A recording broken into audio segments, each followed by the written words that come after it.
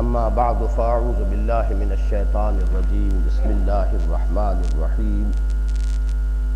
رب اشرح لی صدری ویسر لی امری واحلل عقدۃ من لسانی یفقہوا قولی۔ پچھلے ہفتے ہم نے سورۃ النجم کی تلاوت جو ہے وہ آخر تک کر لی تھی۔ آج میں تلاوت کا اعادہ نہیں کر رہا ہوں، اس لیے کہ آخری آیت آپ کو معلوم ہے کہ آیت سجدہ ہے۔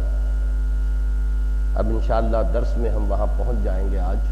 وہ آخر ہی میں سجدہ کر لیں گے، جیسے کہ نبی اکرم صلی اللہ علیہ وسلم نے بھی جب ایک مجمع عام میں اس سورہ مبارکہ کو پڑھ کر سنایا تھا تو اختتام پر آپ نے بھی سجدہ کیا تھا اور تمام سامعین اور حاضرین نے بھی آپ کے ساتھ سجدہ کیا تھا۔ اس واقعے کو ذہن میں رکھتے ہوئے اختتام پر ہم پہنچیں گے، حضور صلی اللہ علیہ وسلم کے اس عمل کی گویا کہ پیروی کریں۔ اگرچہ درس بھی ہمارا آیت نمبر 41 تک پہنچ گیا تھا، لیکن آج پھر مجھے یہ کہنا پڑ رہا ہے کہ کچھ آیات کا حق، جیسا کہ بالعموم ہوتا ہے درس کے آخر میں کچھ تیزی ہوتی ہے، وقت کی کمی کے باعث تو صحیح طور سے ادا نہیں ہوتا، اس لیے آج آپ تیسرے رکوع کے شروع ہی سے دوبارہ مطالعہ فرمائیں۔ اعوذ باللہ من الشیطان الرجیم بسم اللہ الرحمن الرحیم افرأیت الذی تولی واعطی قلیلا واکدی اعندہ علم الغیب فہو یری۔ کیا تم نے دیکھا اس شخص کو جس نے پیٹھ موڑ لی اور دیا تھوڑا سا اور پھر رک گیا؟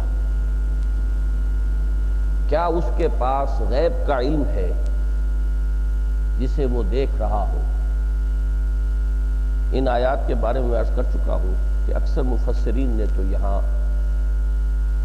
تعیین کے ساتھ ولید بن مغیرہ کو مراد لیا ہے۔ میں نے پچھلی مرتبہ عرض کیا تھا کہ نبی اکرم صلی اللہ علیہ وسلم پر جو لوگ ایمان لائے ان کے بھی درجات ہیں، ان میں بھی فرق مراتب ہے، سب برابر نہیں ہے، نہ ہر زن زنست ہو نہ ہر مرد مرد۔ اسی طریقے سے جن لوگوں نے کفر کی روش اختیار کی وہ بھی سب ایک جیسے نہیں، ان میں بھی فرق و تفاوت ہے۔ ان میں سے 3 کرداروں کو قرآن مجید نے بہت زیادہ نمایاں کیا ہے۔ ایک تو بدترین کردار ہے، ہر خیر سے خالی،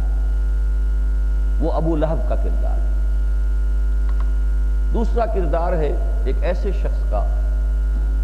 کہ جو اگرچہ مخالفت میں تو بہت شدید ہے لیکن کمینہ نہیں ہے، بخیل نہیں ہے، وہ جس باطل نظریے پر یقین رکھتا ہے اس کے لیے مردانہ وار قربانی دیتا ہے۔ ابو لہب کے کردار میں بزدلی بھی ہے، بخل بھی ہے، دولت کی محبت بھی ہے۔ وہ مکے میں چور مشہور تھا، جیسے ہمارے ہاں بعض اوقات آپ کو یاد ہوگا، بلکہ اب کوئی شخص معین تو آپ کے سامنے نہیں ہوگا،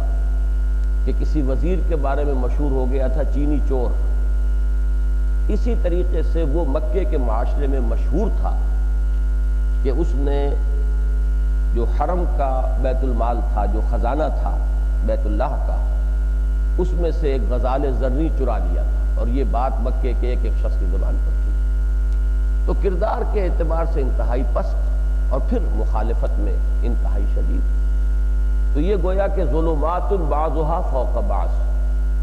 تاریکیوں پر تاریکیاں، تہ بر تہ تاریکیاں۔ یہ میں آج پھر اس لیے دہرا رہا ہوں اس مضمون کو کہ یہ 3 کردار جو ہیں آپ کو ہمیشہ ملیں گے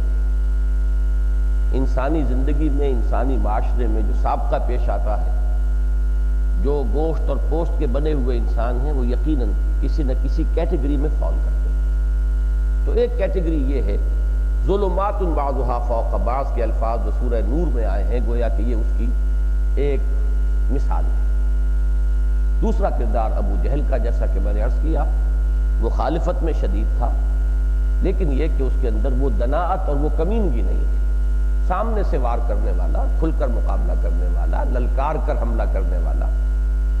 اور یہ کہ جس باطل نظریے پر اس کو یقین تھا اس کے لیے تن من دھن لگا دینے والا. اس نے اپنی گردن کٹوا دی، اور بدر میں جب کہ وہ قتل ہوا ہے تو اس وقت اس کے یہ الفاظ بھی منقول ہیں کہ اس نے کہا تھا جب کہ وہ زخمی حالت میں پڑا ہوا تھا اور کسی نے اس کی جب گردن کاٹنی چاہی، سر کاٹنا چاہا، تن سے جدا کرنا چاہا، تو اس نے کہا ذرا نیچے سے کاٹنا گردن، تاکہ جب نیزے کے اوپر تم میرا سر رکھو تو اونچا نظر آئے اور معلوم ہو کہ سردار کی گردن ہے. اب یہ اس کا ایک کردار ہے. ہم آگے چلیں گے آخری پارے میں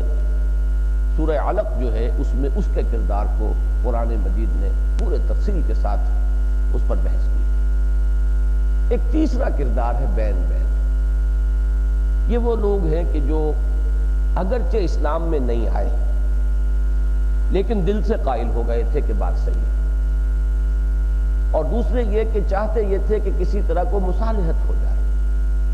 یہ جو بالکل ادھر یا ادھر کی بات ہے اس کی بجائے کچھ گیو اینڈ ٹیک، کچھ لے دے کر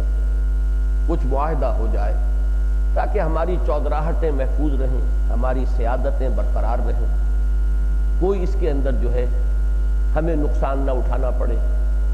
یہ کردار جو ہے اولین مکی دور میں ولید بن مغیرہ کا ہے. یہی کردار ہرقل کا ہے. ہرقل نے بھی پورے طور پر جاننے کے باوجود اور پہچاننے کے باوجود محمد الرسول اللہ صلی اللہ علیہ وسلم کو، اور اس کوشش کے باوجود کہ اگر میرے تمام نائبین سلطنت اور میرے تمام بڑے بڑے جو علماء ہیں، قسیسین جو ہیں، بطارقہ جو ہیں، یہ سب اگر ایمان لے آئے تو این بلاک این ماس ہماری کنورشن ہو جائے تو یہ نظام برقرار رہے، میری شہنشاہی پہ کوئی آنچ نہ آئے. تو جو کردار ہرقل کا تھا وہی ولید بن مغیرہ کا تھا. تو یہ کردار جو ہے اس کو قرآن مجید سب سے زیادہ کثرت سے زیر بحث لایا، اس لیے کہ میں نے پچھلی مرتبہ بھی عرض کیا تھا، مجھے یاد ہے کہ اگر ہم خود اپنے گریبانوں میں جھانکیں گے تو محسوس ہوگا کہ اسی کردار کا پرتو ہے ہماری شخصیتوں کے اندر. ایک بات کو حق سمجھنا، لیکن اس کے لیے ہرچہ بادہ بات کا انداز اختیار نہ کرنا، کچھ ریزرویشنز کے ساتھ چلنا، کوئی بچ بچ کے چلنا. اب اسی طریقے سے آپ سمجھ لیجیے تین کردار اور ہیں جو ایمان کے حوالے سے آتے ہیں، کہ ایک ہے مومنین صادقین، ہر چہ بعد آباد. اب انہوں نے جس بات کو تسلیم کیا اس کے لیے ہر شے کی قربانی دینے کو تیار. ایمان کے حوالے سے دوسرا ایکسٹریم کردار ہوگا کفار، جو کھلم کھلا منکر ہیں. درمیان میں وہ ہیں جو مان تو چکے ہیں، ماننے کے بعد اس ماننے کی جو ذمہ داریاں ہیں ان کو قبول کرنے سے اور ادا کرنے سے ہچکچاتے ہیں. آ تو گئے، کسی وقتی تحریک سے اسلام کے دائرے میں آ گئے،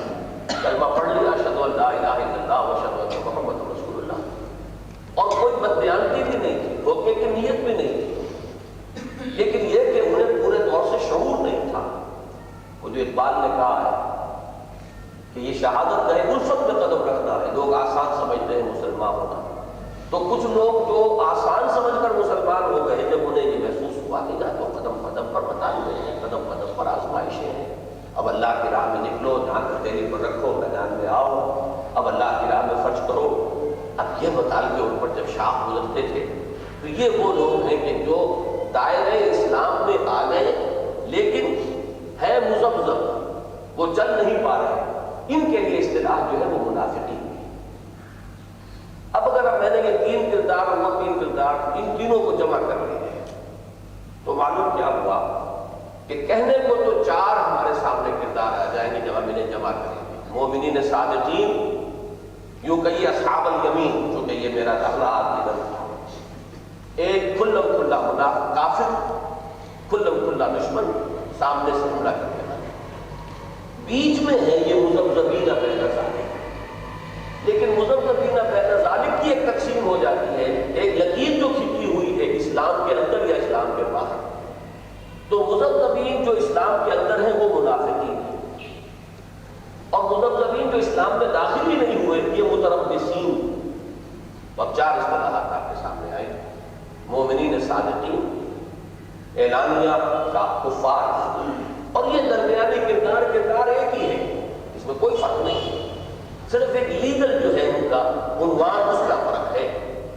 جو کلمہ طیبہ ادا کر کے غلطی کر بیٹھے، اسلام میں آ گئے، اب وہ منافق ہو گئے. جن کو اتنی بھی ہمت نہیں ہوئی وہ متربصین، وہ منتظر دیکھ رہے ہیں، تیل دیکھو، تیل کی دھار دیکھو،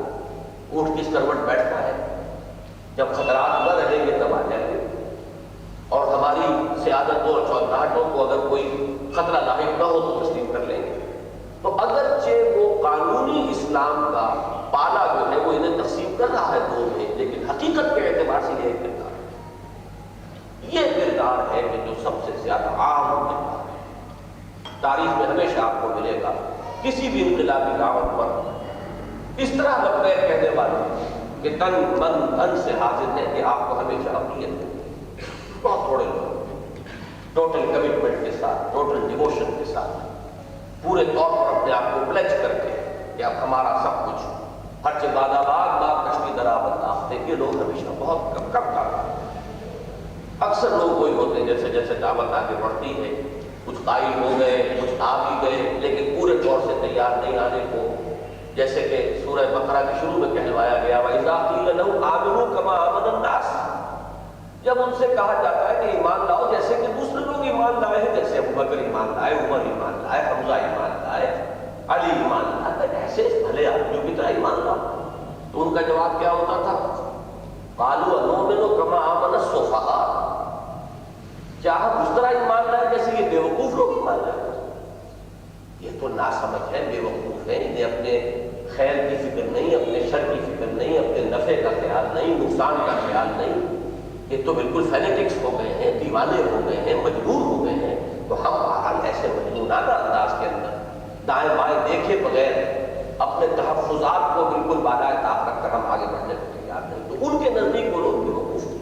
انؤمن کما آمن نے کہا، قرآن نے اس پر تبصرہ کیا کیا؟ الا انہم هم السفہاء ولکن لا یعلمون، آگاہ ہو جاؤ بیوقوف یہی ہیں، احمق یہی ہیں، لیکن انہیں اس کا علم نہیں۔ اس کو اچھی طرح سمجھنے کی ضرورت ہے، یہ باتیں بڑی بنیادی ہیں۔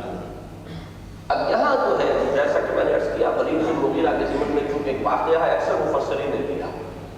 کہ وہ بالکل قریب آ گیا، حضور کی بات اس کے دل میں گھر کر گئی اور وہ ایمان لانے لگا۔ اسی کا یہ واقعہ پھر آگے چل کر آئے گا سورہ مدثر۔ یہاں جو واقعہ عام طور پر مفسرین نے نقل کیا ہے وہ یہ کہ جب یہ خبر نرم ہو گئی کہ ولید بن مغیرہ اب تھا بہت بڑا چودھری، اس کی بڑی جائیداد طائف میں بھی تھی، بہت دولت مند تھا۔ اب آپ اندازہ کیجئے کہ اسی کے بیٹے ہیں نا خالد بن ولید، تو جس کو کہتے ہیں نا کہ وہ شخصیت اور سیرت و کردار کا جو لوہا ہوتا ہے، یعنی یہ ان لوگوں میں سے تھے، لیکن یہ کہ مسئلہ اور اپنی چودراہٹیں اور اپنی سیادتیں ان کی قربانی دینے کو انسان آسانی سے تیار نہیں ہوتا۔ تو یوں کہیں کہ خالد بن ولید کا باپ ولید بن مغیرہ، اس کا معاملہ ہے کہ جب یہ خبر ہو گئی کہ یہ ایمان لا رہا ہے تو کوئی شخص اس کے پاس گیا اور اس نے کافی اونچ نیچ سمجھا کر آخری بات یہ کہی کہ تم ایمان نہ لاؤ، اور اگر تمہیں اندیشہ ہے کہ آخرت میں تم سے بات پوچھ ہوگی، وہاں کی ساری ذمہ داری تم پر،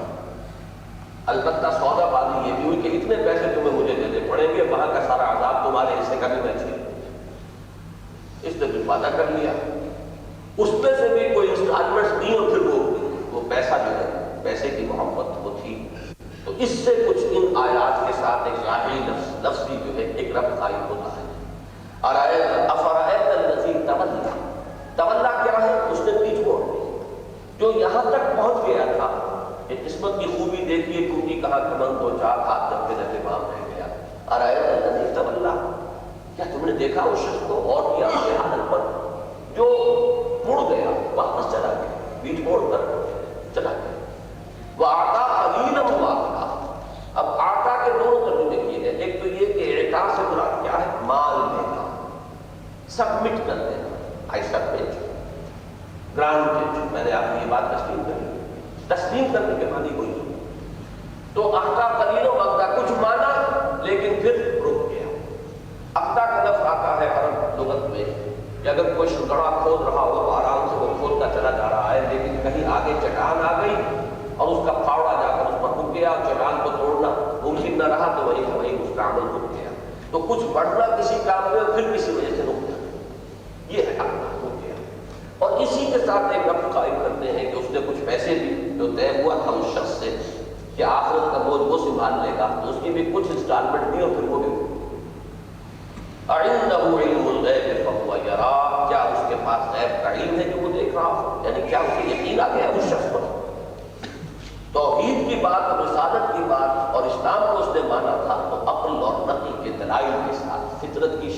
کے ساتھ مانتا ہے، لیکن اس شخص کے صرف یہ کہنے سے اگر وہ مان گیا تو معلوم یہ ہوا کہ پھر بڑا وہ اعتماد تھا اس پر، بڑا یعنی ایک اندھا بہرا یقین تھا اس پر، ایمان بالغیب کو ایک شخص پر لے آیا، آئندہ علم الغیب فہو یرا۔ اس طرح کا اتنا بڑا فیصلہ، آگے بڑھتے بڑھتے رک جانا، پیچھے مڑ جانا، تو یہ کون سے یقینی علم کی بنیاد پر اس نے ایسا کیا؟ اس میں میں یاد دلا دوں آپ حضرات کو کہ یہی ایک کردار ہے جو سورہ حج میں ان الفاظ میں آیا ہے، وَمِنَ النَّاسِ مَن يَعْبُدُ اللَّهَ عَلَى حَرْفٍ فَإِنْ أَصَابَهُ خَيْرٌ اطْمَأَنَّ بِهِ وَإِنْ أَصَابَتْهُ فِتْنَةٌ انقلب عَلَى وَجْهِهِ خَسِرَ الدُّنْيَا وَالْآخِرَةَ۔ یہ وہ لوگ ہیں جو پالے سے ادھر آ گئے، ایمان لے آئے تھے۔ لوگوں میں وہ بھی ہیں جو اللہ کی بندگی کرنا چاہتے ہیں، کنارے کنارے منجھار میں کود کر نہیں چاہتے، اگر تو خیر ہو، خیریت ہو، چلتے رہتے ہیں، اطمئن نہ میری مطمئن رہتے ہیں، کچھ خیر ملتا ہی ہے چلیے، لیکن اگر کہیں آزمائش آ گئی، کوئی فتنہ آ گیا، کوئی امتحان آ گیا تو اوندھے کو گر پڑتے ہیں۔ اس کے اوپر تبصرہ فرمایا قرآن نے، خسر الدنیا والآخرہ، یہ دنیا اور آخرت دونوں کا خسارہ۔ اسی کے لیے تمثیل کے پیرائے میں تصویر کھینچی ہے سورہ بقرہ کے دوسرے رکوع کے آخر میں،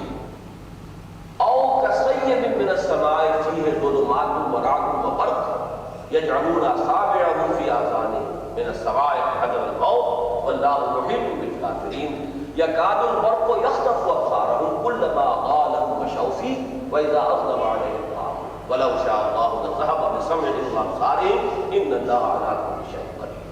یہ ایک بڑی مرکب تفسیر ہے، بڑی بلیغ اور فصیح، کہ جیسے اندھیری رات ہے، کوئی قافلہ اندھیری شب کے اندر گرفتار ہو گیا ہے، طوفان آ گیا ہے، کڑک ہے بجلی کی، اور جو کڑک کی وجہ سے کانوں کے اندر انگلیاں ٹھوسی ہوئی ہیں، گھبرائے ہوئے ہیں لوگ، ذرا کہیں بجلی کو ہوتی کوئی چیز نظر آئی تو 2 قدم چل پڑے، پھر جب اندھیرا ہو گیا تو چھٹک کر رہ گئے اور موت سے گھبرا رہے ہیں۔ یہ ان منافقوں کا حال ہے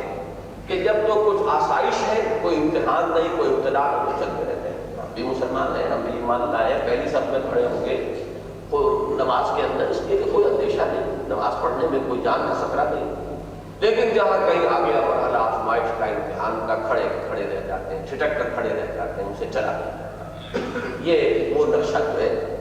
پالے سے ادھر ہو تو وہ نقشہ ہے منافقین کا، پالے سے ادھر نہیں تو ولید بن مغیرہ اور ہرقل، یہ دو جو ہے کردار بہت اہم ہے تاریخ کے اندر،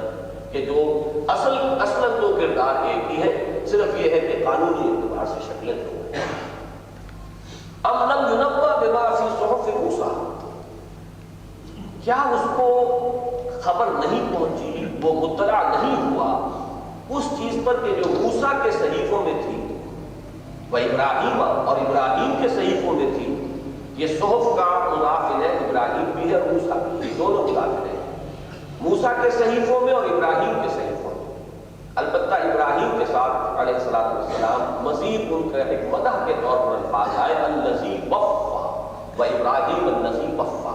وہ ابراہیم جس نے پورا کر دیا، پورا دے دیا۔ ابھی میں عرض کروں گا تو یہ بات کون سی آ رہی ہے، آگے آ جائے گی، یہ بھی اس کے کردار کی ہی ابھی یعنی گفتگو ہو رہی ہے۔ اتنی جلدی کیسے اس نے مان لیا اس شخص کی بات کو کہ میں تمہاری بات، تمہارا بوجھ میں سنبھالوں گا۔ بہت سے حضرات کو یاد پڑ گیا ہوگا جو منتخب نصاب سے ذہنی مناسبت رکھتے ہیں، سورہ عنکبوت کے پہلے رکوع کے اختتام پر بھی یہی مضمون آیا ہے، وقال الذین کفروا للذین آمنوا اتبعوا سبیلنا ولنحمل خطایاکم وما هم بحاملین من خطایاہم من شیء انہم لکاذبون۔ وہ لوگ کہتے تھے جو نوجوان ایمان لے آئے تھے حضور پر، ان کے بزرگ ان سے کہا کرتے تھے، کہا تم پاگل ہو گئے ہو، کس شخص کے پیچھے لگ گئے ہو، ہمارے راستے پر آؤ، ہم نے اپنے بال دھوپ میں سفید نہیں کیے ہیں۔ ہوتے ہیں ایسے لوگ خام خبر بناتے ہیں نوجوانوں کو، ان کے کیریئر برباد کرا دیتے ہیں، تم ہمارے راستے پر چلو، یہی راستہ صحیح ہے۔ اور اگر تمہیں اندیشہ ہے کہ قیامت میں باز پرس ہوگی، اللہ تعالیٰ کی طرف سے پکڑ ہوگی، تو ہم تمہاری طرف سے جواب دہی کریں گے، تمہاری خطاؤں کا بوجھ ہم اٹھائیں گے۔ فرمایا کیا، وما هم بحاملین من خطایاہم من شیء انہم لکاذبون، وہ ہرگز اٹھانے والے نہیں ہیں ان کی خطاؤں کا بوجھ کچھ بھی، وہ بالکل جھوٹ بول رہے ہیں۔ وَلْيَحْمِلُنَّ أَثْقَالَهُمْ وَأَثْقَالًا مَعَ أَثْقَالِهِمْ وَلَيُسْأَلُنَّ يَوْمَ الْقِيَامَةِ عَمَّا كَانُوا يَفْتَرُونَ، اور وہ قیامت کے دن اپنے بوجھ بھی اٹھائیں اٹھائیں گے اور اپنے بوجھوں کے ساتھ انہیں برگلانے کے نتیجے میں بوجھ اپنے بوجھ میں اضافہ کر رہے ہیں. ان کے بوجھ میں سے کچھ نہیں اٹھا سکیں گے لیکن اپنے بوجھ میں اضافہ کر رہے ہیں, ان کو برگلانے کی کوشش کریں. تو یہی بات اب یہاں آ رہی ہے, اللہ تزر وازرۃ وزر اخری, نہیں اٹھائے گی کوئی جان کسی اور کے بوجھ. یہ بات جو ہے دین کے مسلمات میں سے ہے, بدیہیات میں سے ہے, اس کے اصول میں سے ہے. یہ بات بہت اہم ہے اور اس سورہ مبارکہ میں یہ مضمون بہت ہی وضاحت کے ساتھ آیا ہے. چنانچہ جو پہلا رکوع ختم ہوا تھا اس کا یاد ہوگا کہ امر الانسان ما تمنا, وہاں نفی ہو رہی تھی اس کی. کیا انسان کے لیے ہے وہ کچھ جس کی وہ تمنا کرے؟ تمناؤں سے تو کچھ نہیں ملتا. یہ دنیا بھی ہر شخص جانتا ہے کہ محض تمنا کرنے سے حاصل نہیں ہوتی. آپ کو محنت کرنی پڑتی ہے. اگر آپ کو فصل لینی ہے تو ہل چلانا ہوگا, بیج ڈالنا ہوگا, فصل کاٹنی ہوگی, اس کو پانی دینا ہوگا, راتوں کو جاگنا ہوگا, حفاظت کرنی ہوگی, تب ملے گی فصل. یہ دنیا بغیر محنت کے نہیں ملتی. حالانکہ حقیر ترین شے آخرت, والآخرۃ خیر وابقیٰ, وہ بغیر محنت کے کیسے مل جائے؟ وہ صرف تمناؤں سے مل جائے گی. وہ صرف اس طرح مل جائے گی کہ ہم فلاں گروہ سے تعلق رکھتے تھے لہٰذا ہمیں تو جنت کے پاس گویا کہ ملے ہوئے, ہماری تو پہلے سے گویا کہ اللہ تعالیٰ کی طرف سے الاٹمنٹ جو ہے جنت میں ہوئی تھی. یہ ہے وہ احمقانہ خیال دنیا میں ہمیشہ مذہبی لوگوں کے اندر پیدا ہو جاتا ہے, کچھ گروہی نسبتوں کی وجہ سے. ہمارا ان سے تعلق ہے, ان کے دامن سے وابستہ ہے, ان کے نام لیوا ہے, لہذا ہم کو بخشا. اس کی نفی کی پہلے اس انداز میں کہ امر الانسان ما تمنا, کیا تمنا سے کچھ ملتا ہے؟ یہاں ملتا ہے تمہیں کچھ تمنا سے. تمہیں دانت و پسینہ آتا ہے, محنت کرتے ہو, مشقت کرتے ہو, تب تم دنیا میں کوئی چیز حاصل کر سکتے ہو, کوئی شے بنا سکتے ہو. یہاں پر بھی اب وہی بات کہی جا رہی ہے لیکن اب دوسرے انداز میں. اللہ تزر وازرۃ وزر اخری, کہ نہیں اٹھائے گی کوئی اٹھانے والی کسی اور کے بوجھ. ہر انسان کو اپنی اکاؤنٹیبلٹی کو خود فیس کرنا ہے. یہ اسی کے سلسلے میں آ رہی ہے کہ اس نے کیسے مان لیا اس بات کو. معلوم ایسا ہوتا ہے کہ ان الفاظ سے, اگر میں اسے اگر کے ساتھ کہہ رہا ہوں, ایک رائے تو یہ ہے کہ اس میں ولید بن مغیرہ یا کوئی معین شخص اس کے پس منظر میں نہیں ہے, یہ ایک تمثیل ہے, یہ بھی ممکن ہے. لیکن یہ کہ ایک رائے اور مجھے بہت زیادہ قوی معلوم ہوتی ہے. الفاظ کچھ ایسے ہیں کہ جو پورے طور پر منطبق ہوتے ہیں اسی واقعے کے اوپر کے جو واقعہ مفسرین نے نقل کیا ہے. اس اعتبار سے کوئی حرج بھی نہیں ہے اگر اس سے اس بات کی وضاحت مزید ہو جاتی ہے, کھل کر بات سمجھ میں آ جاتی ہے تو اس کو قبول کرنے میں کوئی ذائقہ نہیں. تو اس سے یہ معلوم ہوتا ہے کہ ولید بن مغیرہ بڑا عالم و فاضل شخص تھا. یعنی اس سے اندازہ ہو رہا ہے اب لم ينبأ ما فی صحف موسیٰ, معلوم ہوتا ہے کہ وہ ناواقف جاہل اور عامی انسان نہیں تھا. اور اس میں معلوم ہوتا ہے جب آپ سیرت کو پڑھیں گے تو وہ شخص بہت ہی فہیم, زیرک, دانا, یہ ساری اس میں صلاحیت اس کو ہے. بہادری اس میں نہیں تھی, مصلحت کوشی اس میں تھی, مداہنت کا وہ حضور صلی اللہ علیہ وسلم کو بھی مداہنت کی ترغیب دیتا تھا کہ کچھ لے دے کر معاملہ کر لو. یہ جو تقسیم ہو رہا ہے قریش کا معاملہ اور بٹ رہے ہیں, اس میں ہمارے لیے جو ہے بڑی جو ہے دنیاوی اعتبار سے بہت خرابی کی صورت ہے. اور ایسا نہ کرو کہ دوبارہ ہی ساری باتیں مانی جائیں, کچھ لوگوں کی بات مان لو, کچھ اپنی بات منوا لو. یہ اسی ولید بن مغیرہ کا اثر ہے. سب سے زیادہ آتا ہے سورہ نور میں بھی اسی کا ذکر ہے. یہ آگے آئے گی صورت میں. تو میں یہ چاہتا ہوں کہ اس کردار کو پورے دفعہ ذہن نشین کریں. اس کے ساتھ ہی یہ معلوم ہوتا ہے کہ زیرک, فہیم اور کچھ نہ کچھ معلومات رکھنے والا شخص تھا جو جانتا تھا کہ آسمانی کتابوں کی تعلیمات کیا ہیں. قرآن کا انداز یہ بتا رہا ام لم ينبأ بما فی صحف موسیٰ, کیا اسے معلوم نہیں ہے.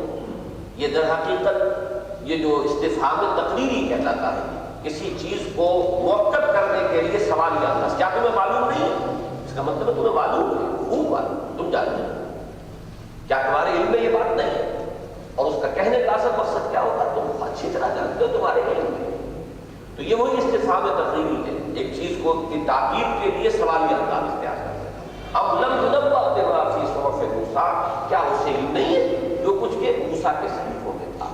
یعنی تورات کی تعلیم کا خلاصہ تھا. وَإِبْرَاهِيمَ الَّذِي وَفَّىٰ، اور اس ابراہیم کے صحیفوں میں تھا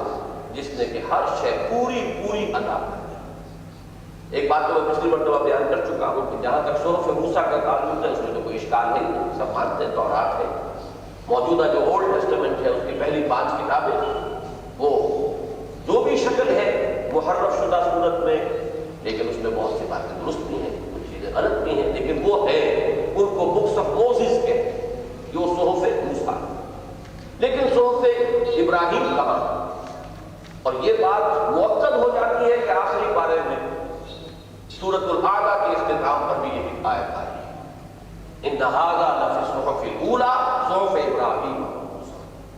اور اولیٰ کا جو ہے اطلاق وہ تو زیادہ ابراہیم کے صحیفے پر ہوگا، اس لیے کہ حضرت موسیٰ کے صحیفے تو حضرت ابراہیم علیہ السلام سے کم و بیش 1000 برس کے بعد آ رہے ہیں، کم سے کم 1000 برس۔ یہ جو صحیفے حضرت ابراہیم کے ہیں یہ دنیا میں کہیں ہیں یا نہیں؟ اکثر علماء کا تو یہی ہے اس پر اتفاق کہ کہیں ان کا کوئی وجود نہیں، یہ غائب ہو چکے۔ چنانچہ ہمارے یہاں عقائد کی کتابوں میں بھی یہی پڑھایا جاتا ہے کہ 4 کتابیں ہیں جن پر کہ ہم ایمان رکھتے ہیں، ایک تورات، دوسرے زبور، تیسرے انجیل اور چوتھے قرآن۔ لیکن یہ ہے کہ اولڈ ٹیسٹمنٹ میں اور بہت سے نبیوں کے صحیفے موجود ہیں، اور یہ بات جو ہے قرین قیاس ہے کہ آخر اتنے نبی جو آئے تو کیا اللہ تعالیٰ نے کوئی انہیں وحی نہیں بھیجی، کوئی الہام نہیں فرمایا؟ انہوں نے جو کچھ کہا اس میں وہ الہام اور وہ وحی سے یقین شامل ہے۔ یہ ضرور ہم مانتے ہیں کہ وہ محفوظ شکل میں نہیں۔ اسی طرح میری ذاتی رائے بھی ان بعض لوگوں کے ساتھ ہے جو سمجھتے ہیں کہ صحف ابراہیم بھی بگڑی ہوئی صورت میں محرف شدہ شکل میں موجود ہے، اور وہ اصل میں جو ان آریاؤں کی جو سب سے قدیم کتابیں ہیں وید اور اپنشد، ان کے اندر صحف ابراہیم کا مواد ہے، اور برہما کا لفظ جو ہے میرے نزدیک یہ بگڑا ہوا لفظ ہے ابراہیم ہی کا، جیسے کہ ہوتا ہے دنیا میں ہمیشہ، جیسے عیسائیوں نے حضرت مسیح کو خدا کا بیٹا بنا دیا، تو بات سمجھ میں آتی ہے کہ ان لوگوں نے حضرت ابراہیم کو خدا ہی بنا دیا، برہما، اور برہما سے وہ جو سارا معاملہ جو چلتا ہے وہ ایک ایسی ہستی بھی نہ کہیے، وہ تو جس کو آپ ورلڈ اسپرٹ کہیں، وہ ایک ایسا جوہر ہے جو پورے وجود میں سرائے ہوئے برہما۔ تو معلوم ایسا ہوتا ہے کہ ابراہیم علیہ السلام کی عقیدت میں غلو جو ہے اس نے اس عقیدے کی شکل اختیار کی ہے، اور جیسے کہ اناجیل کے بارے میں آپ کو معلوم ہے کہ کوئی ایک انجیل تو نہیں، سینکڑوں انجیلیں تھیں، 104 میں سے 4 ہیں جو انہوں نے سلیکٹ کی ہیں، جنہیں کینونیکل کہتے ہیں، قانونی، اور جو ان کے نزدیک مستند ہے، باقی اپوکریفل ہے جنہیں کہ مستند نہیں مانتے۔ تو انجیل جو بھی کچھ ہے وہ ان میں ہے۔ میں نے کئی مرتبہ یہ واقعہ سنایا جب میں میڈیکل کالج میں پڑھتا تھا تو سائیوال منڈوری کہتا تھا اس کو، وہ ایک بہت بڑا مرکز ہے عیسائی مشنریز کا، تو وہاں ایک مسٹر بھائی چھوٹے سے پادری، میں ان سے ملنے گیا، میں نے کہا کہ ان 4 میں سے کسے میں سمجھوں کہ انجیل؟ تو جواب اس کا بڑا ذہانت کا مشتمل تھا۔ میں اس وقت ایک نوجوان کالج میں پڑھنے والا طالب علم، سادہ سا میں نے سوال کیا، لیکن جو جواب اس نے دیا اس سے میں نے سمجھا کہ یہ بات اصل میں ان کے یہاں بڑے غور و فکر کا گویا کہ نچوڑ ہے کہ ان سوالوں کا جواب یہ ہوگا، اور وہ لفظ واقعتاً بڑے جامع تھے۔ اس نے کہا none of them is Bible. Bible is in them. اب اس سے ان کا وہ اعتراض رفع ہو جاتا، کون سا بائبل کسے کہتے ہیں؟ ان میں سے کوئی بھی بائبل نہیں، بائبل ان میں۔ اسی طریقے سے میں کہہ رہا ہوں کہ یہ اپنشد اور وید ان کو ہم صحف ابراہیم نہیں کہہ سکتے،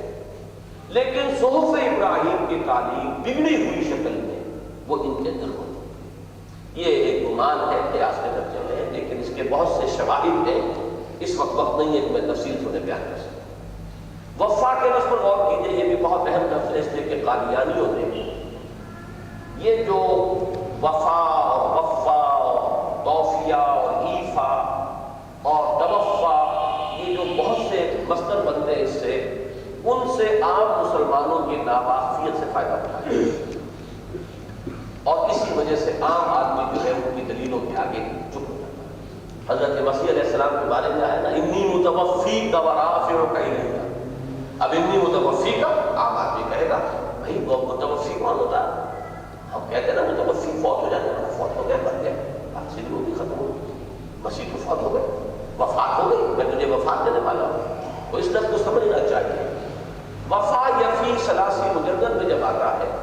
تو اس کے معنی بھی ہے پورا کرنا، پورا دے دینا۔ ہم کہتے ہیں اس نے اپنا قول وفا کیا، وعدہ وفا کیا، جو وعدہ کیا تھا پورا کر دیا۔ پھر اس میں آتا ہے باب افعال میں اوفا یوفی ایفا، ایفائے عہد اردو میں بھی ہم بولتے ہیں۔ اس میں بھی مفہوم وہی ہے، کسی کی بات کو پورا کر دینا، کسی کا حق پورا ادا کر دینا۔ اس میں مزید تاکید آتی ہے وفا یوفی توفیۃ، باب تفعیل، ایک ایک دھیلا دھیلا ادا کر دینا۔ کسی کا حق ہے تو پورا پورا پائی پائی اس کو چکا دینا۔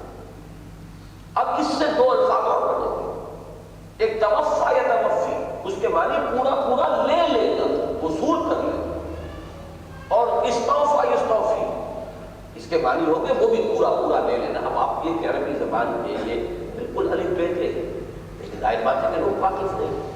اور وہ اس کے جو الفاظ ہیں اصلی حروف اصلی یا ان کی وجہ سے دھوکا کھا جاتا ہے۔ تو انی متوفی کا، میں تمہیں پورے کو لے جاؤں گا۔ توفی کا اطلاق ہوتا ہی تمام و کمال حضرت مسیح علیہ السلام کے معاملے پر ہے کہ جسم اور جان سمیت اللہ انہیں لے گیا، جبکہ جس معنی میں ہم لفظ وفات استعمال کرتے ہیں وہ تو ایک مجازی استعمال ہے اس کا، کہ جسم یہی رہ گیا، صرف روح کو نہ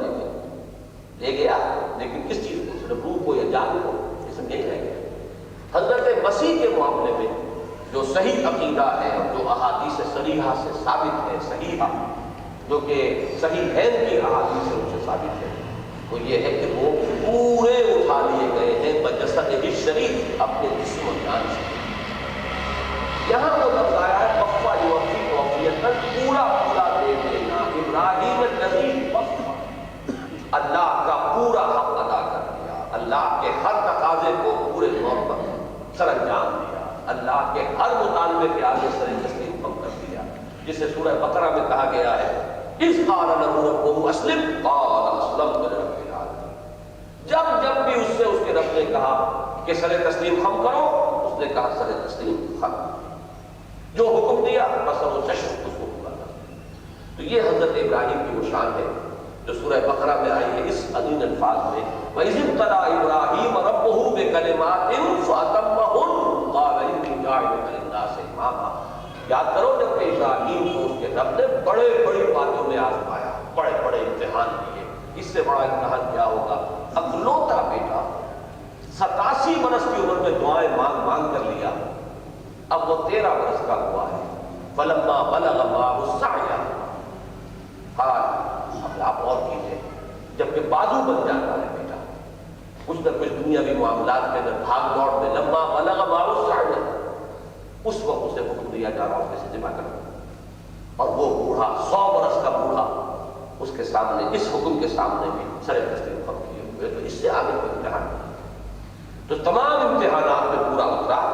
وَإِبْرَاهِيمَ الَّذِي وَفَّى، اور اس ابراہیم کے صحیفوں میں جس نے اللہ کے ہر حکم کو پورا پورا ادا کر دیا، اللہ کے تمام حقوق کو پورا پورا ادا کر دیا۔ میں نے یاد دلایا تھا کہ قرآن مجید میں یہ اللہ کے لیے لفظ حق آتا ہے 3 جگہ، یا ایھا الذین آمنوا اتقوا اللہ حق تقاته، اللہ کا تقوی اختیار کرو جتنا کہ اس کے تقوی کا حق۔ دوسرے جاہدوا فی اللہ حق جہاد، اللہ کی راہ میں جہاد کرو، محنت کرو جتنا کہ اس کی راہ میں جہاد کا حق ہے۔ اب جو شخص اس حق کو بتمام و کمال پورا کر دے، تقوی اور جہاد دونوں کے اعتبار سے، وہ اس ٹیسٹیمونیل کا اور سند کا مستحق ہوگا کہ الذی وفا، جس نے پورا پورا کیا۔ ویسے تیسرا لفظ اور بھی آتا ہے، لیکن وہ عام طور پہ نفی کے انداز میں آیا، ما قدر اللہ حق قدری، یہ تیسری چیز ہے، اللہ کی معرفت جیسے کہ اس کی معرفت کا حق ہے، اللہ کا تقوی جتنا کہ اس کے تقوی کا حق ہے، اللہ کے لیے جہاد جیسا کہ اس کے لیے جہاد کا حق ہے۔ 3 چیزیں پوری ہو جائیں تو گویا کہ انسان کامل وجود میں آ جائے، یہ ہے انسانیت کی معراج۔ اچھا وہ کیا بات تھی جس کی طرف توجہ دلائی؟ اللہ تزر وازرۃ وزر اخرى، کہ نہیں اٹھائے گی کوئی اٹھانے والی، یہ مؤنث کے صیغے میں اس لیے آیا ہے کہ جان مراد ہے، نفس، اور وہ مؤنث ہے۔ یہ جو نفس ہے، یا ایھا النفس المطمئنہ، تو یہ نفس انسانی جو ہے کوئی جان کسی اور جان کا بوجھ نہیں اٹھائے گی، ہر ایک کو اپنا بوجھ دکھانا ہے۔ وَأَن لَيْسَ لِلْإِنسَانِ إِلَّا مَا سَعَىٰ، اور یہ کہ انسان کے لیے نہیں ہے مگر وہی جس کے لیے کہ اس نے محنت کی۔ یہ میں پچھلی مرتبہ عرض کر چکا ہوں کہ اس میں اگرچہ بہت زور ہے اور ایمفیسس ہے، اور اس درجے میں بات سمجھ لینی چاہیے کہ اصول یہی ہے، لیکن جیسے کہ انگریزی میں آپ کہتے ہیں کہ ایکسیپشنز پروو دی، ایکسیپشنز اس میں ہے۔ مثلا آپ استغفار کرتے ہیں، اللہ میرے والد کو بخش دے، اب اس میں ان کی محنت کا بھی کوئی دخل نہیں ہے، یہ تو میرا استغفار ہے، اللہ قبول فرما لے، اس کی نفی نہیں ہوگی۔ اسی طرح شفاعت حقہ، اس کی نفی نہیں ہوگی۔ اللہ تعالیٰ کسی کی سفارش کو کسی کے حق میں، یہ استغفار کی سفارش ہے، جب ہم کہتے ہیں اللہ اس کو معاف فرما دے، یہ بھی سفارش ہے۔ اسی طریقے سے شفاعت حقہ اس میں شامل ہے۔ اسی طرح صدقات جاریہ، اس کو کہتے ہیں صدقہ جاریہ۔ اگرچہ صدقہ جاریہ کے بارے میں تو کہا جا سکتا ہے کہ وہ انسان کی اپنی محنت ہے، اولاد کی اچھی تربیت کی، کوئی مسجد بنائی، کوئی دارالعلوم بنا دیا، تو اس کی محنت ہے کہ اس کے بعد اس کا سلسلہ جاری رہے گا، جب تک اس کا فیض جاری رہے گا اس سے ملنا ہے۔ لیکن ایک اور شکل بھی ہے جو احادیث سے ثابت ہے کہ قیامت کے دن کچھ لین دین ہوگا۔ ایک شخص بہت سی نمازیں لے کر آیا لیکن کسی کا حق بھی اس نے مار دیا تھا، تو اب اس کی نمازیں اس کو دے دی جائیں گی، تو یہ نمازیں اس کی اپنی کمائی نہیں تھی، لیکن وہ کمائی اس کے حساب میں شامل ہو جائے گی۔ تو لیس للانسان الا ما سعی میں جتنی ایکسیپشنز احادیث صحیحہ سے، کتاب و سنت سے ثابت ہوں، ان کو برقرار رکھتے ہوئے اصل اصول یہی ہے کہ ہر انسان کو اصل میں یہی سوچنا چاہیے کہ اپنی محنت، اپنا بوجھ کو اٹھانا ہوگا، اور انسان کے لیے اصلاً وہی کچھ ہے جس کے لیے وہ محنت ہے۔ سورہ بنی اسرائیل میں اس کو کھول دیا گیا ہے، وَمَنْ أَرَادَ الْآخِرَةَ وَسَعَىٰ لَهَا سَعْيَهَا وَهُوَ مُؤْمِنٌ فَأُولَٰئِكَ كَانَ سَعْيُهُمْ مَشْكُورًا، جو آخرت کا ارادہ کر لے اور آخرت ہی کا طالب بن جائے اور پھر محنت کرے اس کے لیے جیسی کہ اس کے لیے محنت کرنی چاہیے، اس کی محنت جو ہے وہ سفل ہوگی اور اس کی اللہ تعالیٰ کا شکر ہے۔ لیکن تمنائیں کرنے سے کچھ نہیں ہوگا۔ تو ام للانسان ما تمنا، یہ پہلے آ چکا ہے، اور یہاں آ کر اس نے دوسرے اسلوب سے اس مضمون کو مکمل کر دیا۔ اللہ تزر وازرۃ وزر اخری وان لیس للانسان الا ما سعی وان سعیہ سوف یری۔ ہاں، دوسری بات یقین یہ ہے کہ اس کی سعی جو ہے، اس کی محنت ضائع جائے گی۔ یرا کے نائب فاعل اس کو کہتے ہیں، جو بھی فعل مجہول ہے، دو ہو سکتے ہیں، ایک تو سعی، اس کی سعی، اس کی محنت، اس کی کارگزاری کا ملاحظہ کیا جائے گا، اٹ ول بی اکاؤنٹڈ، ہم اس کو نگاہ میں رکھیں گے۔ یہ ایک شاہانہ انداز ہوگا اللہ تعالیٰ کی طرف سے۔ یہ ہے جو بعض حضرات کے لیے، لیکن اکثر کے نزدیک اس یرا کا جو ہے وہ وہی جو شخص ہے جس نے کہ وہ محنت کی، اسے دکھا دی جائے گی اس کی محنت۔ اور یہ جو قرآن مجید کے دوسرے جو مقامات ہیں ان سے زیادہ مناسبت رکھنے والا ترجمہ یہ ہوگا۔ جیسے کہ آپ کو معلوم ہے کہ آخری بار اس سورہ مبارکہ کا اختتام ہوتا ہے، فَمَنْ يَعْمَلْ مِثْقَالَ ذَرَّةٍ خَيْرًا يَرَهُ وَمَنْ يَعْمَلْ مِثْقَالَ ذَرَّةٍ شَرًّا يَرَهُ۔ جس کسی نے ذرے کے ہم بدن نیکی کی ہوگی اسے موجود پائے گا اور دیکھ لے گا، اور جس نے ذرے کے ہم بدن کوئی برائی کمائی ہوگی اس کو اپنے سامنے موجود پائے گا۔ وَأَنَّ سَعْيَهُ سَوْفَ يُرَىٰ ثُمَّ يُجْزَاهُ الْجَزَاءَ الْأَوْفَىٰ، پھر اس کو دیا جائے گا بدلہ، اور بدلہ بھی اوفا۔ اب یہ اوفا اسی لفظ سے، وفا یفی سے، یہ ہے افعل التفصیل، اوفا اکبر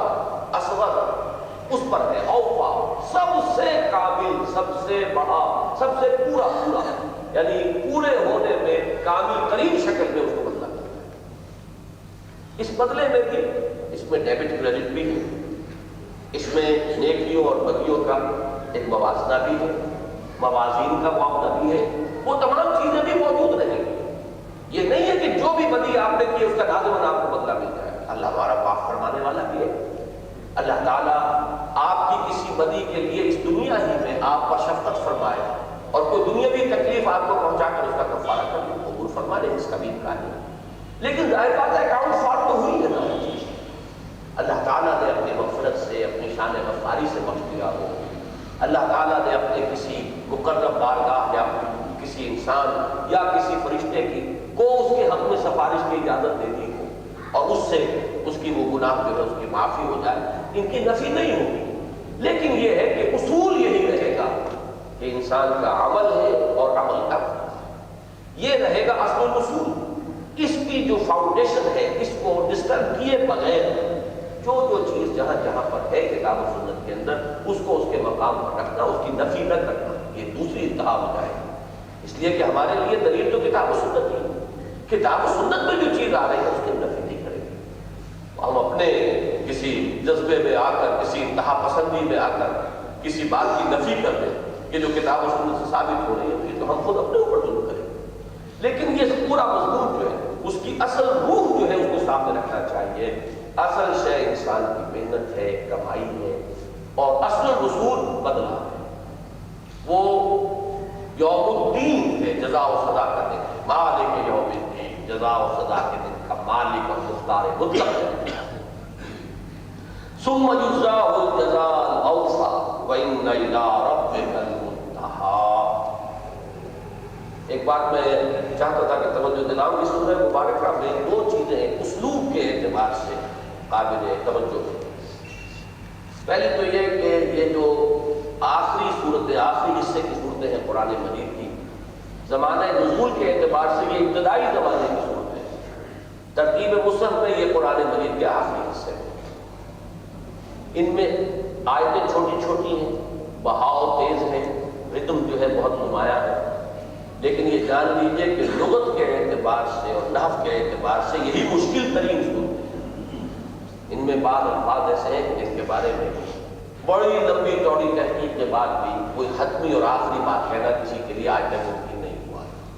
تو لغت اور ادب عربی کے اعتبار سے مشکل ترین حصہ ہے۔ دوسری ایک چیز میں نے نوٹ کی ہے کہ ان صورتوں میں اکثر الفاظ جو ہے وہ ایک ہی صورت میں ایک لفظ جو ہے وہ متعدد مرتبہ آتا ہے، اور اس میں در حقیقت اس لفظ کی جو اصل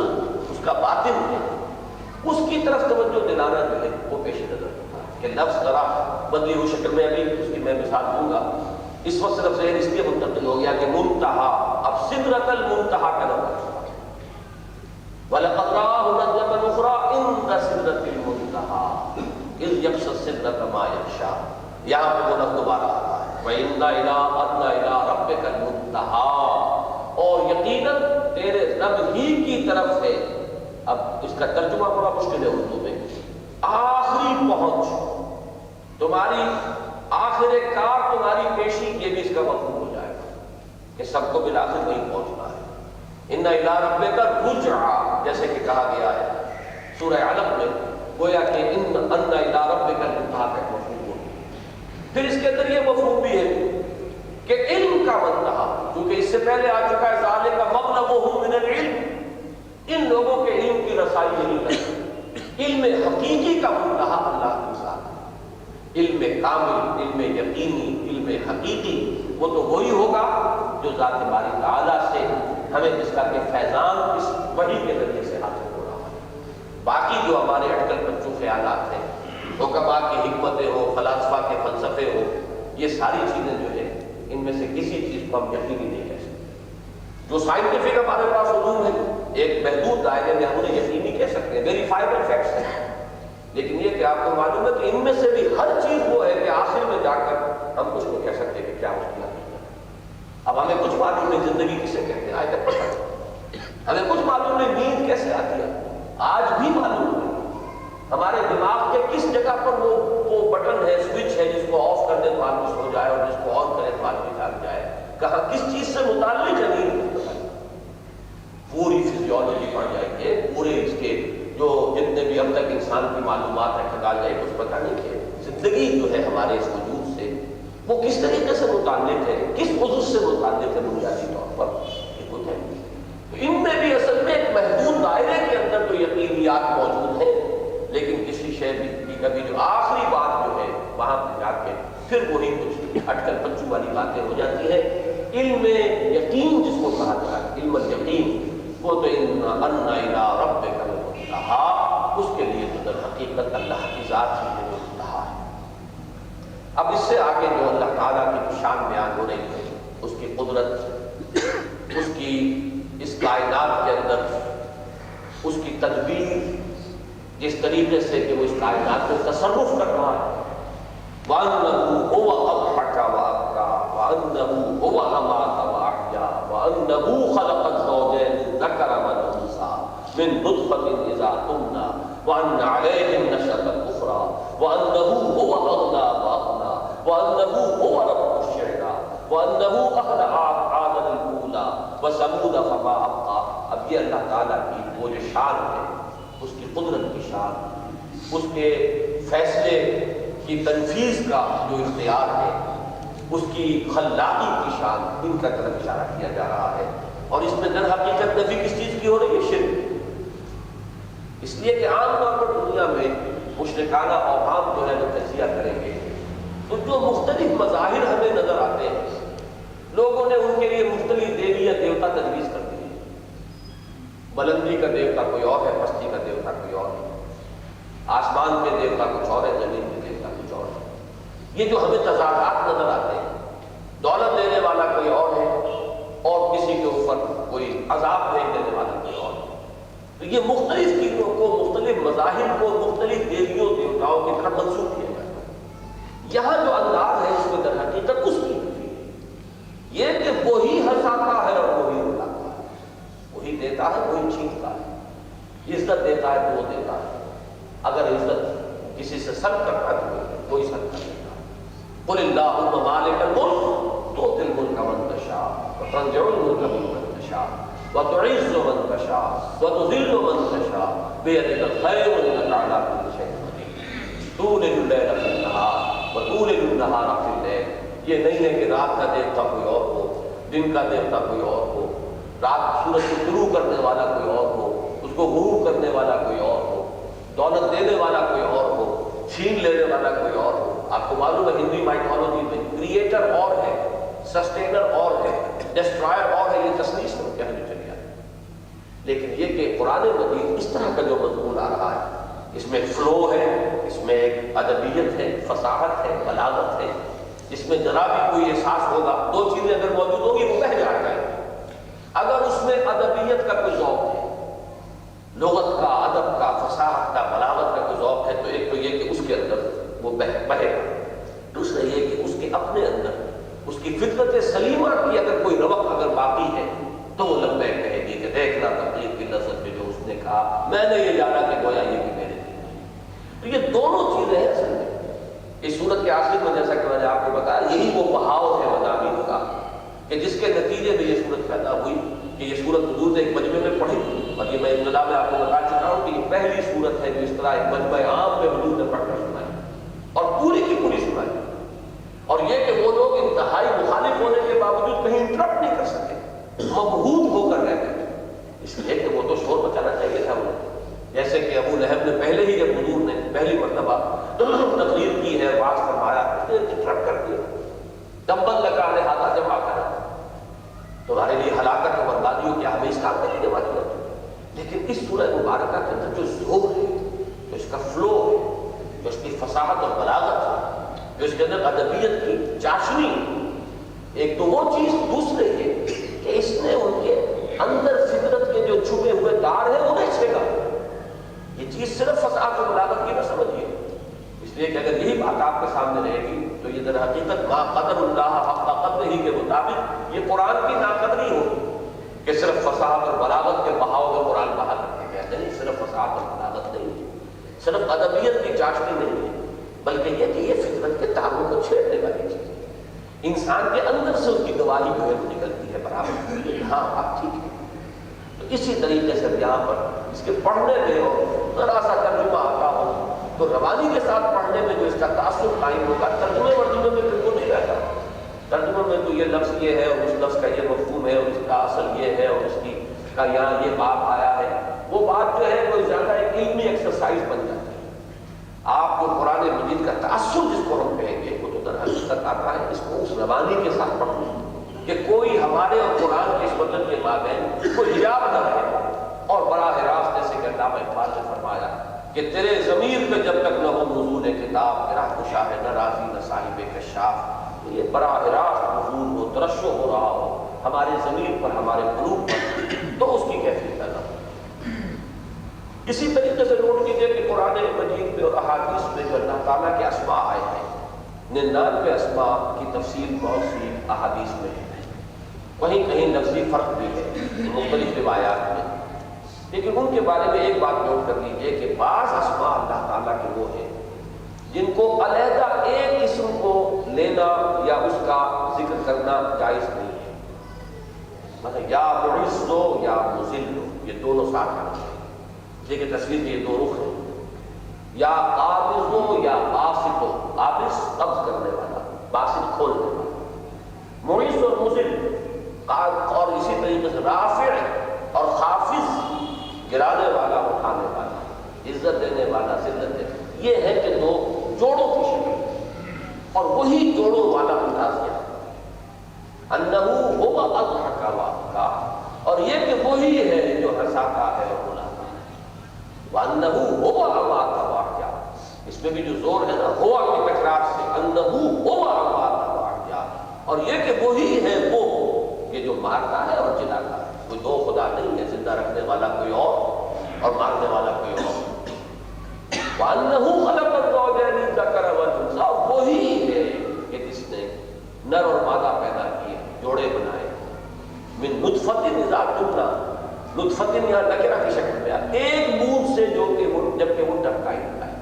اس میں ادھر بھی اشارہ ہے اس نطفے کے اندر کہاں تمہیں فرق محسوس ہو جائے گا کہ جس سے اتنا بڑا فرق جو ہے اسی نطفے سے جو ہے وہ نر پیدا ہو رہا ہے، اسی سے وہ مادہ بن رہی ہے، اور اس میں فرق نہیں ہے، آج بھی وہ مائکروسکوپ جو ہے الیکٹرانک مائکروسکوپ کے باوجود اس کے اندر فرق جو ہے اس کو تلاش کرنا ناممکن ہے، تو اسی سے پورا جسمانی نظام مختلف، پورا نفسیاتی ساخت کا معاملہ مختلف، انہو خلق الزوجین الذکر والانثیٰ من نطفۃ اذا تمنى، ایک نطفے سے ایک بوند سے جب کہ وہ ٹپکائی جاتی ہے، اسی سے وہ کسی کو مرد کسی کو عورت بنا دیتا ہے،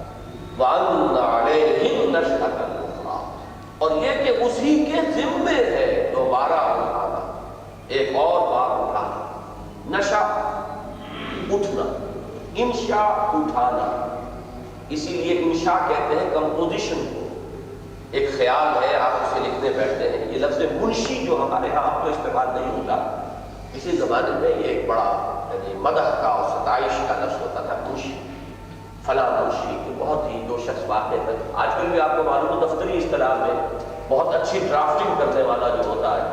اس کی ایک صلاحیت مانی جاتی ہے اور وہ کہ بہت اچھا ڈرافٹ بناتا ہے، تو منشی اس کو کہتے ہیں کہ جو کسی چیز کو کسی خیال کو اٹھائے اور خیال کو باندھے، کمپوز کرے، اب باندھنا خیال کا اور کمپوز کرنا دیکھیں زبانوں کے الفاظ جو ہیں ان میں کس قدر فرق ہے، اور پھر جب وہ اس کو مرتب کر کے پیش کرتا ہے تو منشی، اب نشا اٹھانا تو علیہ النشأۃ الاخریٰ، دوسری مرتبہ کا اٹھانا اس کے ذمے، یہاں جو ہے خاص طور پر جو صلہ آیا ہے اعلیٰ آتا ہے اپنی زبان میں کسی کا کسی کے ذمے، یہ اس کی ذمہ داری ہے، اس میں ایک پورا فلسفہ اس کا ہے کہ ہم صرف یہ نہیں کہتے کہ اللہ اٹھائے گا، نہیں، اللہ کے لیے اٹھانا لازمی ہے، اس نے اپنے اوپر لازم کر لیا، اس کی وجہ کیا ہے تو سمجھتے ہیں۔ ایک شخص فرض کیجئے کہ اللہ تعالیٰ کی بات مانتا ہے، رسول کی بات مانتا ہے، حلال اور حرام کی قیود تسلیم کرتا ہے، زندگی میں اس کے لیے قدم قدم پر مشکل آ رہی ہے، وہ تو بن گیا اللہ اور رسول کے کھوٹے سے بچا ہوا، کہیں حرام خوری کے اندر اس کا ہاتھ پڑتا تھا لیکن وہ تو ہاتھ نہیں ڈال سکتا، اس کے لیے تو یہ نہیں ہے جہاں چاہے وہ مار دے۔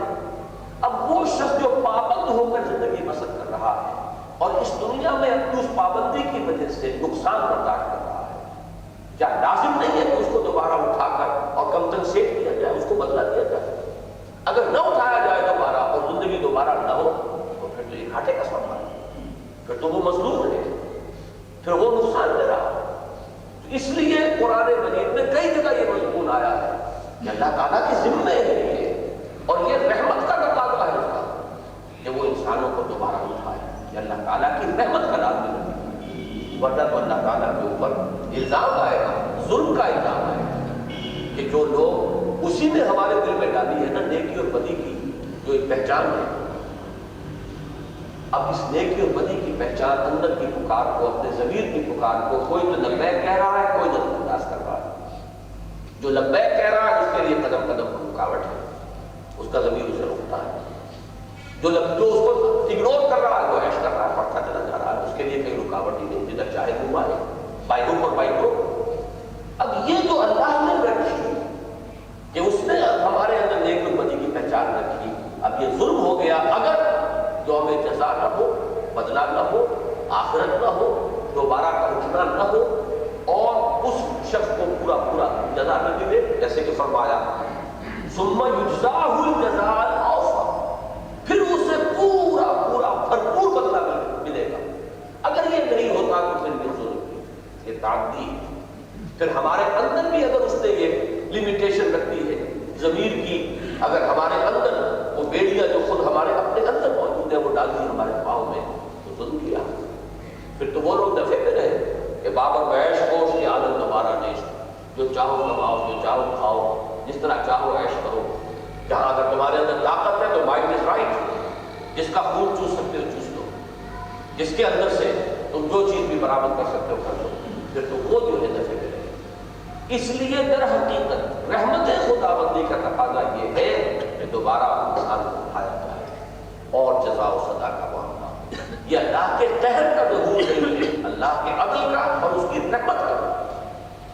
اس لیے یہاں پر دیکھیے ان علیہم نشأۃ الاخری، اس کے ذمے ہے دوبارہ اٹھانا، یہ اس نے اپنے ذمے لیا ہے، اگر وہ اس کو نہیں کرے گا تو گویا کہ اپنی ذمہ داری کو ادا کرنے کے اندر اس کی طرف سے کمی نہیں۔ وَأَنَّهُ هُوَ أَغْنَىٰ وَأَقْنَىٰ، اور یہ کہ وہی ہے جو غنی کرتا ہے اور دولت مند کرتا ہے، دولت مند بناتا ہے۔ یہ اغنا کا لفظ بہت ہی سمپل ہے، سادہ بلند ہے، غنی سے اغنا، کسی کو ایسی کیفیت میں انسان اگر ہے کہ احتیاج نہیں ہے، بس غنی اسے کہتے ہیں۔ غنی کے معنی یہ نہیں ہوتی کہ دولت کے انبار، غنی وہ شخص ہے جو محتاج ہے،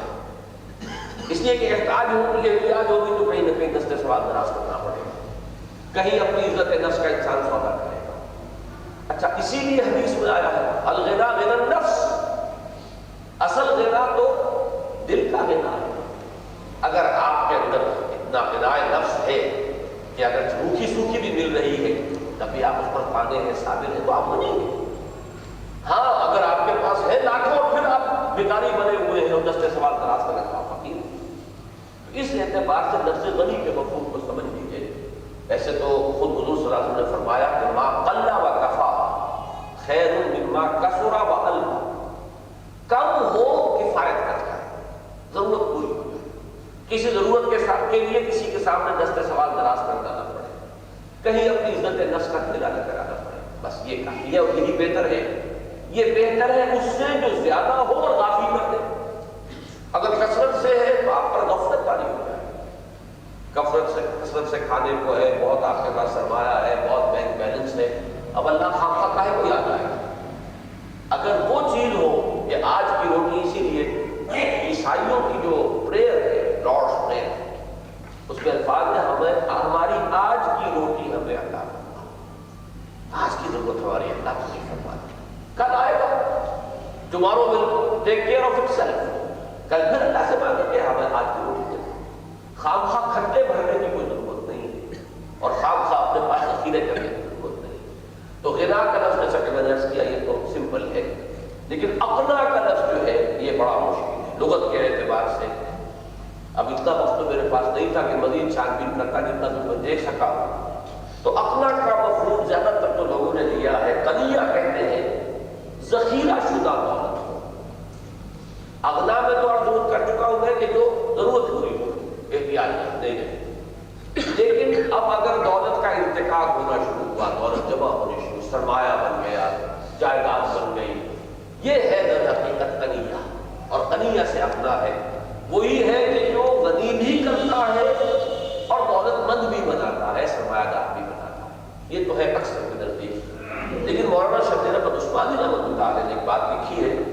میں مزید تحقیق نہیں کر سکتا کہ آخر اس کی دلیل کیا ہے۔ وہ یہ ہے کہ اس کے معنی بعض حضرات نے افقرا بھی لیا ہے، اور یہ اغنا کی ضد ہے۔ اس میں ایک مناسبت تو قائم ہوتی ہے کہ پہلی بھی آیات میں ضدین جمع کیے گئے، اضحکا وابکا وہی ہے جو ہنساتا ہے اور رلاتا ہے، وہی ہے جو مارتا ہے اور جلاتا ہے، انہو ہوا امات و احیا، اسی طریقے سے مذکر اور مؤنث کو پیدا کرتا ہے۔ تو یہ جو متضاد جمع کیے گئے ضدین کا اجتماع ہے، اس کے حوالے سے وہ بات تو مجھے اچھی لگتی ہے، لیکن یہ کہ اس کے لیے دلیل کیا ہے، کیا اس کا مادہ ہے، کیا اس کے استعمالات ہیں۔ لیکن شبیر احمد عثمانی صاحب لکھنے والے ہیں، لہٰذا میں اسے بالکل رد بھی نہیں کر سکتا۔ تو میں نے آپ کو بتا دیا ہے کہ یہ مفہوم بھی لیا گیا ہے کہ اس کے معنی کیا، انہو ہوا اغنا و افقر، افقرا کے لیے لفظ آیا اغنا، وہی ہے کہ جو غنی کرتا ہے، وہی ہے کہ جو محتاج بنا دیتا ہے۔ گویا کہ وہی جو میں سورہ آل عمران کی آیات آپ کو سنا چکا ہوں کہ قل اللہم مالک الملک تؤتی الملک من تشاء وتنزع الملک ممن تشاء وتعز من تشاء وتذل من تشاء بیدک الخیر انک علی کل شیء قدیر۔ یہ اس کے قریب آ جائے، لیکن یہ ہے کہ اس کی کیا دلیل ہے، اس کے لیے لغت میں کیا استشہادات ہیں، اس کی میں تحقیق مزید نہیں کر سکتا، صرف میں نے بتا دیا۔ انہو ہوا اغنا و اقنا، وہی ہے جو غنی بناتا ہے، انسان کی احتیاجات کو رفع کر دیتا ہے، اور وہی ہے جو یا فقیر بنا دیتا ہے، انسان کو محتاج کر دیتا ہے، یا اسے سرمایہ دار بنا دیتا ہے۔ دونوں یہ بالکل مخالف مفہوم اس کے لیے گئے۔ وَأَنَّهُ هُوَ رَبُّ الشِّعْرَىٰ، اور وہی ہے رب مالک شعراء کا۔ شعراء یہ ایک خاص ستارہ ہے۔ اب میں چونکہ زیادہ اس سے ایسٹرونومی سے واقف نہیں ہوں اور عام تفاسیر سے بھی پورے طور پہ واضح نہیں ہو سکا ہے کہ کون سے ستارے کو شعراء کہا جاتا ہے، مختلف الفاظ ہیں کہ جو مختلف لوگوں نے بیان کیے ہیں، لیکن یہ کہ کوئی ایک ستارہ تھا ان کے ہاں کے جس کو وہ خاص طور پر سمجھتے تھے کہ اس کے اندر لوگوں کے لیے بہت ہی جو برکات ہیں اور بہت، اسی لیے وہ اس کو پوجتے تھے، اس کی بھی پرستش کرتے تھے۔ فرمایا اس کے اندر کچھ نہیں ہے۔ اب یہاں دیکھیے مفہوم ایک مناسبت قائم ہو رہی ہے، سورت شروع ہوئی تھی وَالنَّجْمِ إِذَا هَوَىٰ، اب یہاں پھر وہ انہو هُوَ رَبُّ الشِّعْرَىٰ، وہاں بھی بعض لوگوں نے وَالنَّجْمِ سے مراد شعراء ہی کیا ہے کہ تم جسے سمجھتے ہو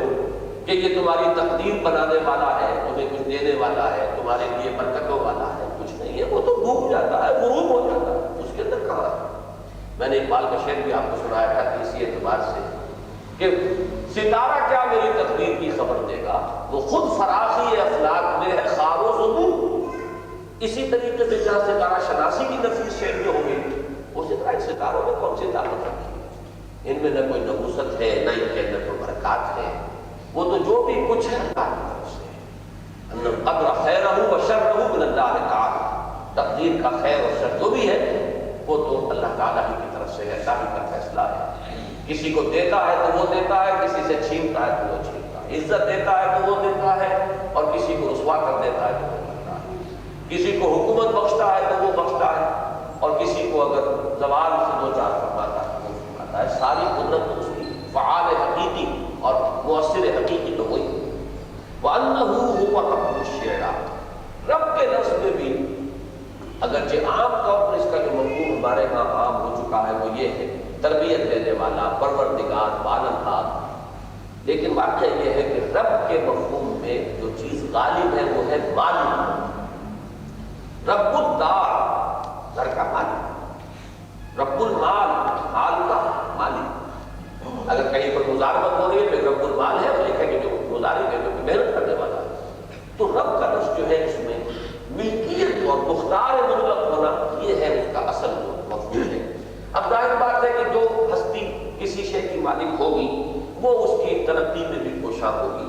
یہ تو ہر ایک فطرت کا تقاضا ہے۔ تو اللہ تعالیٰ اس کائنات کا رب ہے، وہ اس کے اندر بہتری کے لیے بھی اللہ تعالیٰ تدبیر فرماتا ہے، ہر چیز کو اس کی جو تدریجی ترقی ہے اس کے مراحل سے گزارتا ہے۔ اس معنی میں پروردگار یا پالنہار یا کسی شے کو تدریجاً اس کے مقام مرتبہ کمال تک پہنچانا، یہ گویا کہ اس کا نتیجہ ہے۔ اصل مفہوم اس کا یہ ہے، اصل مفہوم ہے ملکی، رب الدار، رب المال۔ تو انہو ہوا رب الشعراء، شعراء کا مالک وہی ہے۔ یہ تمام فرشتے جو ہیں، یہ جو میں نے مصرع آپ کے سامنے پڑھا کہ وہ خود فراخی افلاک میں ہے خار و زبور، تو وہ خود قدرت ہے، خداوندی کے سامنے خار و زبور ہے، ہیچ ہے، اس کی کوئی حیثیت ہے۔ وہ تو جو اللہ نے اس کے لیے راستہ مقرر کر دیا اسی پر چل رہا ہے، جو اس کا مدار معین ہے اسی کے اوپر گردش کر رہا کا یا کسی خیر و برکت کا کوئی ذریعہ بنے گا۔ وَأَنَّهُ أَهْلَكَ عَادًا الْأُولَىٰ۔ اب آپ دیکھ رہے ہیں کہ اس میں جو طویل مکی صورتیں ہیں ان میں یہ مضامین بڑے شر و قصد کے ساتھ ہیں۔ یہاں ایک ایک قوم کا ذکر آئے گا جو سورہ اعراف میں پورا رکوع اس کے اوپر آ کر ملے گا، سورہ شعراء میں پورا رکوع ملے گا، سورہ یونس میں، سورہ ہود میں، مختلف جگہوں پر۔ لیکن یہ جو چھوٹی صورتیں ہیں جیسے کہ یہاں پڑھ رہے سورہ قمر میں بھی آئی، سورۃ الفجر میں ہے آخری پارے میں، تو یہاں ان تمام اقوام کا ذکر قرآن مجید کر رہا ہے جن کا کہ تفصیل کے ساتھ میں بعد میں جو طویل مکی صورتیں نازل ہوئی ان میں ایک قوم نوح تھی، اللہ نے اپنا رسول بھیجا، حضرت نوح علیہ السلام مبعوث فرمایا، انہوں نے ان کی دعوت کو قبول نہیں کیا، کان نہیں دھرا، ہلاک کر دیا۔ ان کے بعد قوم عاد کو دبدبہ حاصل ہوا، عروج حاصل ہوا، جزیرہ نما عرب کے جنوبی علاقے کے اندر حضرت ہود بھیجے گئے، انہوں نے بھی ان کی بات نہ مانی، نہ سنی، وہ ہلاک کر دیے۔ پھر ان کے بعد سمود کی ایک قوم ہوئی، وہ جزیرہ نما کے شمال مغربی گوشے میں، وہاں پہ ان کا تمدن، ان کی تہذیب، ان کی صدقت و شوکت کے نشان اور آثار آج تک موجود ہیں۔ ان کے بعد جب ان میں خرابیاں پیدا ہوئی، مشرکانہ اوہام پیدا ہوئے، اللہ نے حضرت صالح کو بھیجا، انہوں نے بات نہیں مانی، ہلاک کر دیا۔ اب یہ جو داستانیں ہیں جنہیں کہ انباء الرسل کہا گیا ہے سورہ ہود میں، رسولوں کے اہم اور بڑے جو بہت اہم واقعات ہیں، ان کا اب یہاں پر آپ دیکھ رہے ہیں کہ ایک ایک آیت میں ذکر وَأَنَّهُ أَهْلَكَ عَادًا الْأُولَىٰ، اور یہ کہ وہی ہے کہ جس نے ہلاک کیا تھا عاد اولا، یہ عاد کے بعد ثمود کو، چونکہ عاد ہی کی قوم میں سے جو لوگ حضرت ہود پر ایمان لے آئے تھے جنہیں بچا لیا گیا تھا، انہوں کا سے بعد میں جو قوم وجود میں آئی ہے وہ ثمود ہے۔ تو ثمود کو عاد ثانیہ بھی کہتے ہیں، اس اعتبار سے عاد کو محض عاد بھی کہتے ہیں اور عاد اولا بھی کہتے ہیں، پہلی عاد، پہلی قوم جو عاد تھی جن کی طرف کہ حضرت ہود علیہ السلام اسی نے ہلاک کیا تھا۔ اس میں بھی دیکھیے غور کرنے کی بات کیا ہے کہ یہ تو سب جانتے ہیں کہ وہ ہلاک ہوئے، لیکن ایک خیال یہ کہ ایسے ایک آندھی آئی تھی ہلاک ہو گئے، یا کوئی زلزلہ آیا تھا ہلاک ہو گئے، سیلاب آیا تھا ہلاک ہو گئے، یعنی وہ جو اصل مؤثر حقیقی ہے وہ نگاہوں سے بدل گئے۔ ہمارا یہ ہوا تھا وہ ہوا تھا، پاکستان دو ٹکڑے ہو گیا، اب یہ اسباب ہو گئے، وہ اسباب ہو گئے، خدا نہ خواستہ کوئی اور مصیبت ہم پر آ گئی تو ہم انہی اسباب کی طرف اس کو منسوخ کر کے فارغ ہو جائیں، بھول جاتے ہیں کہ یہ پورا کارخانہ قدرت جو ہے کسی قادر مطلق کے ہاتھ میں، اس کا قانون ہے کہ جو یہاں پہ کار فرما ہے، اس کا حکم ہے جس کے تحت کہ یہ سارے واقعات جو ہے حکم میں آ رہے ہیں۔ اس نے جو اصول بنائے ہیں وَلَن تَجِدَ لِسُنَّتِ اللَّهِ تَحْوِيلًا وَلَن تَجِدَ لِسُنَّتِ اللَّهِ تَبْدِيلًا، یہ در حقیقت اس کی اس سنت ثابتہ کا ضرور ہے کہ جو ہو رہا ہے۔ یہ جو میں ان پچھلے دنوں میں خاص طور پر کراچی میں جو حوادث ہوئے ہیں، جس کے بارے میں نے وہ آیات قرآنیہ میں اس کا حوالہ دیا کہ یہ وَلَنُذِيقَنَّهُم مِّنَ الْعَذَابِ الْأَدْنَىٰ دُونَ الْعَذَابِ الْأَكْبَرِ لَعَلَّهُمْ يَرْجِعُونَ، یہ چھوٹے چھوٹے عذاب پیش کر اللہ تعالیٰ کسی قوم کو مہلت دیتا ہے، تو جاگ سکتے ہو تو جاگ جائے، اگر نہیں جاگتے تو پھر آخری عذاب بھی آتا ہے، پھر خاتمہ نہیں ہوتا۔ اسپین سے خاتمہ ہو گیا مسلمان، وجود تک نہیں پہنچا۔ 800 برس تک جہاں مسلمانوں کی سطوت کے ڈنکے بجے، جہاں ایسے ایسے عظیم محل بنائے، ایسی ایسی عظیم عمارتیں بنائی، اب کیا لا یرا الا مساکنہ، اب وہ عمارت ہے کھنڈر ہے، وہ آپ کو قصر نظر آ جائے گی، کوئی مسجدیں نظر آ جائیں گی، لیکن یہ کہ لا یرا الا مساکنہ، مسکن ہے، رہنے والے نام و نشان نہیں۔ تو یہ کہ یہ سارا کچھ جو ہے یوں نہ سمجھو کہ بس زلزلہ آیا تھا کرنے میں، انہو اہلک عاد، اس نے ہلاک کیا تھا عاد اول کو، عاد کی پہلی قوم، وثمود کما، اور ثمود کو اسی نے ہلاک کیا، پھر نہیں چھوڑا، کسی کو نہیں چھوڑا، وہ تو پوری کی پوری قوم تہس تہس کر دی، جسے کہا جاتا ہے یہ عذاب استحصال، استحصال نہیں استحصال، استحصال تو حسن سے بنا ہے، حاص اور لام، جبریہ کسی سے وصول کرنا، حاصل کر لینا جبرن، یہ استحصال ہے۔ استحصال اصل سے بنا، اصل کہتے ہیں جڑ، کسی درخت کو پودے کو جڑ سے اکھاڑ دینا، یہ استحصال، جڑ سے کسی کو بے خبر سے اکھاڑ دینا۔ تو جو قوم اللہ تعالیٰ اس طرح ہلاک کرتا ہے اس کے لیے وہ عذاب استحصال کی اصطلاح ہے کہ پھر کوئی بچتا نہیں، جیسے کہ میں نے بھی بتایا لا یرا الا مساکنہ مساکنہم، اب ان کے مسکن رہ گئے ہیں، جن کا بیوتہم خاویہ، یہ ان کے گھر ہیں جو ان کے پڑے ہوئے ہیں۔ ان گھروں میں بھی کبھی کوئی آباد تھے، میں بھی کبھو کسی کا سر غروب تھا، یہاں بھی کوئی بڑی قوم تھی اور بڑی سربت تھی اس کی، آج ان کا نام و نشان نہیں۔ کہیں فرمایا گیا قطع دابر القوم الذین ظلموا، ان کی جڑ کاٹ دی گئی اس قوم کی جس نے شرک اور کفر کی راہ کیا۔ تو یہ مختلف اسلوب بیان ہے۔ تو یہاں فرمایا فما ابقا، تو کوئی باقی نہ چھوڑا، وقوم نوح من قبل، اور اس سے پہلے نوح کی قوم، اس کو بھی ہلاک کیا۔ انہم کانوا هم اظلم واطغى، یقیناً وہ تو سب سے بڑھ کر ظالم تھے اور سب سے بڑھ کر سرکش اور شریر تھے۔ اس کے بھی جیسا کہ میں نے عرض کیا یہ مشکل لغت ہے، اس میں بہت سے احتمالات ہیں۔ ایک تو یہ ہے کہ خاص طور پر یہ بات کہی جا رہی ہے قوم نوح کے بارے میں کہ وہ سب سے ہی بڑھ کر شریر تھے، وہ ان سب سے بازی لے گئے تھے۔ ایک یہ رائے بھی ہے کہ یہ اظلم اور اطغى،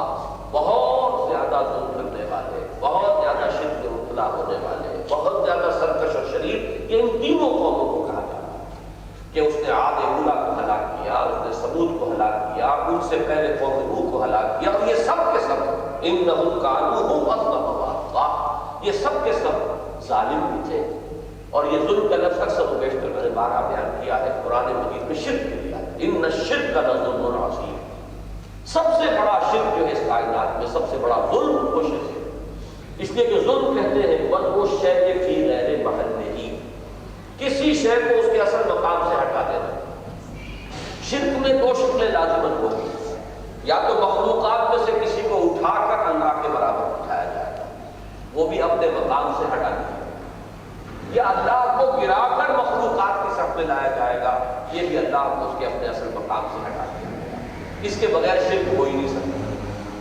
یا خدا کو گراؤ گے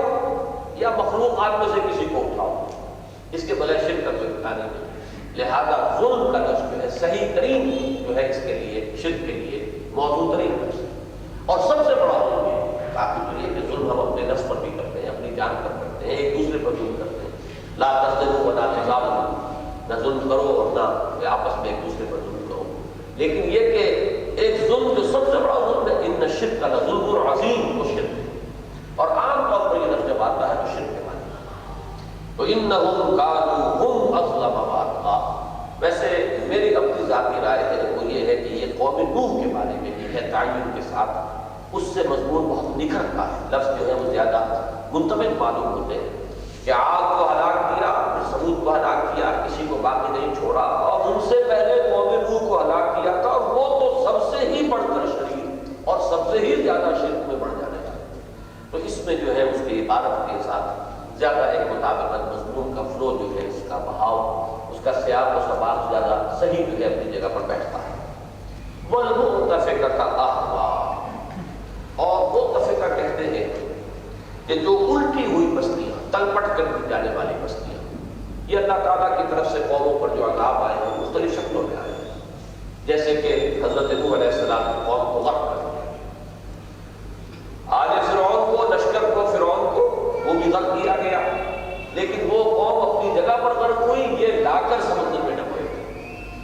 کسی کے اوپر زلزلہ آ گیا، کسی پر کوئی بڑی چنگھاڑ آئی، صیحہ، بہت زبردست آواز جس سے لوگ ہلاک ہوئے۔ تو مختلف ہے، یہ مؤتفقہ کا لفظ آتا ہے یہ قوم نوح کے لیے، بلکہ اصل میں ان کے لیے لفظ قوم نوح بھی مجازاً درست ہے، حقیقت درست نہیں ہے۔ حضرت لوط اس قوم میں سے نہیں تھے، بلکہ حضرت لوط علیہ السلام کو آپ کو معلوم ہے کہ بھتیجے تھے حضرت ابراہیم، اور انہوں نے ہجرت کی تھی حضرت ابراہیم کے ساتھ عراق سے، عراق کے علاقے سے، یہ اصل جو ان کا علاقہ تھا ار شہر ہے جس کے اب کھنڈرات نکل آئے ہیں، ایکسکیویشن ہوئی ہے، اس شہر ار میں حضرت ابراہیم علیہ السلام کی پیدائش ہوئی۔ وہاں سے انہوں نے پھر جب انہیں آگ میں ڈالا گیا، اللہ نے انہیں بچایا، پھر انہوں نے وہاں سے ہجرت کی، تو حاران کے علاقے میں، شام کا علاقہ ہے، وہاں سے وہ وہاں گئے، پھر وہاں سے جنوب میں اترے ہیں، میڈیٹرینین کے ساحل کے ساتھ ساتھ وہ فلسطین اور پھر مصر بھی گئے ہیں، پھر لیکن یہ کہ اصل انہوں نے اپنا جو مقام بنایا ہے وہ وہی فلسطین کا علاقہ ہے۔ تو وہاں اس پورے سفر میں حضرت لوط ان کے ساتھ تھے، ان کے ساتھ ہی ہجرت کی تھی، ان پر ایمان وہی لے آئے تھے، آمن لہ لوط، ان پر ایمان آئے تھے، ان کے یہ بھتیجے۔ لیکن پھر اللہ صدوم اور عامورہ کے دو شہر تھے، بڑے آباد، گلجان آباد، بہت خوشحال۔ یہ جو ڈیڈ سی کہلاتا ہے بحر مردار، اس کے ساحل پر یہ شہر تھے، اور یہ چونکہ تجارتی شاہراہ ہے، تمام قافلے جو یمن سے چل کر آتے تھے اور شام کے طرف جاتے تھے وہ یہاں سے گزرتے تھے۔ ظاہر بات ہے کہ کوئی بہت بڑی تجارتی شاہراہ پر جو بھی شہر ہوتے تھے ان کے لیے بڑی سے برکتیں، دنیا کی برکتیں تھے، بہت سہولتیں، مال و دولت کی فراوانی۔ تو یہ قوم بہت ہی آسودہ حال، لیکن اس کے اندر جو خباثت شروع ہوئی وہ آپ کو معلوم ہے۔ اسے خواہ ہمارے ہاں وہ لواطت کا لفظ جو ہے یہ بھی بہت بڑی زیادتی ہے جو ہم استعمال کرتے ہیں۔ حضرت لوط کے نام کو اس عمل کے ساتھ جوڑ دینا، یہ معلوم ہوتا ہے کہ کوئی کسی یہودی کی سازش ہے، اس لیے کہ ان کا یہ ذہن ہے کہ انبیاء کی سیرتوں کو بھی کسی نہ کسی طریقے سے اور ان کے مقام اور ان کی عظمت کو جو ہے مجروح کیا جائے۔ یہ لفظ تو کبھی بھی زبان پر نہیں آنا چاہیے۔ اس کو ہم کہہ سکتے ہیں کہ عمل قوم لوط، لیکن قوم لوط کا لفظ بھی اصل میں مجازن ہے، ورنہ حضرت لوط علیہ السلام ان کی قوم میں سے تھے، یہ مبعوث تھے کہ جیسے کہ بھیجے گئے ہیں وہاں ان شہروں میں جا کر انہوں نے تبلیغ کی ہے، لیکن اس قوم کے اوپر وہ ٹس سے مس نہیں ہوئی، وہ ہلاک کی ہے۔ ان کے اوپر جو عذاب آیا تھا اس میں دو محسوس ہوتے ہیں کہ پہلے کوئی زلزلہ آیا ہے ایسا کہ جس سے ان کے گھر ہونے ہوئے، اور پھر کوئی پتھروں کی بارش ہوئی ہے آسمان سے۔ یہ سورہ ہجر کی آیت جو ہے اس کے اندر یہ پورا اس کا نقشہ کھینچ دیا گیا، وہ آیت آپ کو سنائی تھی۔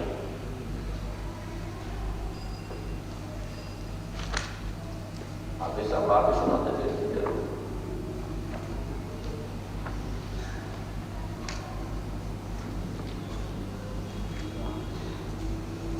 فَأَخَذَتْهُمُ الصَّيْحَةُ مُشْرِقِينَ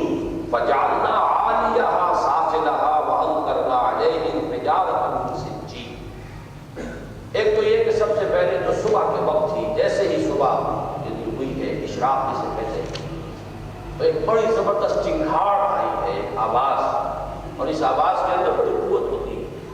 اس لیے کہ قیامت میں جب آئے گی تو آواز اس سے آئے گی، سور میں پھونکا جائے گا، اور وہی ہے وہ آواز کہ جس کی وجہ سے ایک عمومی موت طاری ہو جائے گی۔ تو صیحہ فجعلنا عالیہا سافلہ، اس سے کوئی زلزلہ ایسا آیا اس آواز ہی سے، اس لیے کہ یہ آج تک تو بات کرتے آتی ہے کہ یہ بھی جو ساؤنڈ ویوز ہے، ان ویوز کے اندر اتنی قوت ہو سکتی ہے کہ وہ عمارتوں کو ہمانا کرتے اور پھوڑ پھوڑ کرتے ہیں۔ تو ان کی وہ بنیاد جو عمارتیں ہیں وہ گری ہیں، تو جعلنا عالیہا سافلہ، ان کی جو بلندیوں کو پستیوں میں تبدیل کر دیا۔ ظاہر بات ہے جب عمارت گرے گی تو چھت نیچے آئے گی، پھر دیواریں اس کے اوپر آئیں گی، اس طریقے سے وہ اوپر والا نیچے اور نیچے والا اوپر۔ جعلنا عالیہا سافلہ وامطرنا علیہم حجارۃ من سجیل، اور پھر کنکروں کی بارش ہوئی ہے کہ اس نے ان کو ملبہ بنا دیا، جیسے کہ قوم بھی آئی کے اوپر ریت، اس کی راکھ کی بارش ہوئی تھی، اور اس سے وہ پورا کا پورا شہر جو ہے اس کے اندر چھپ گیا، اور ساتھ یہ بھی معلوم ہوتا ہے کہ پھر یہ شہر جو ہے دھس گئے، اور اب وہ اصل میں یہی جو ڈیڈ سی ہے بحر مردار، اور کوئی عجب نہیں کہ اسی وجہ سے اس کا نام بحر مردار رکھا گیا، ڈیڈ سی۔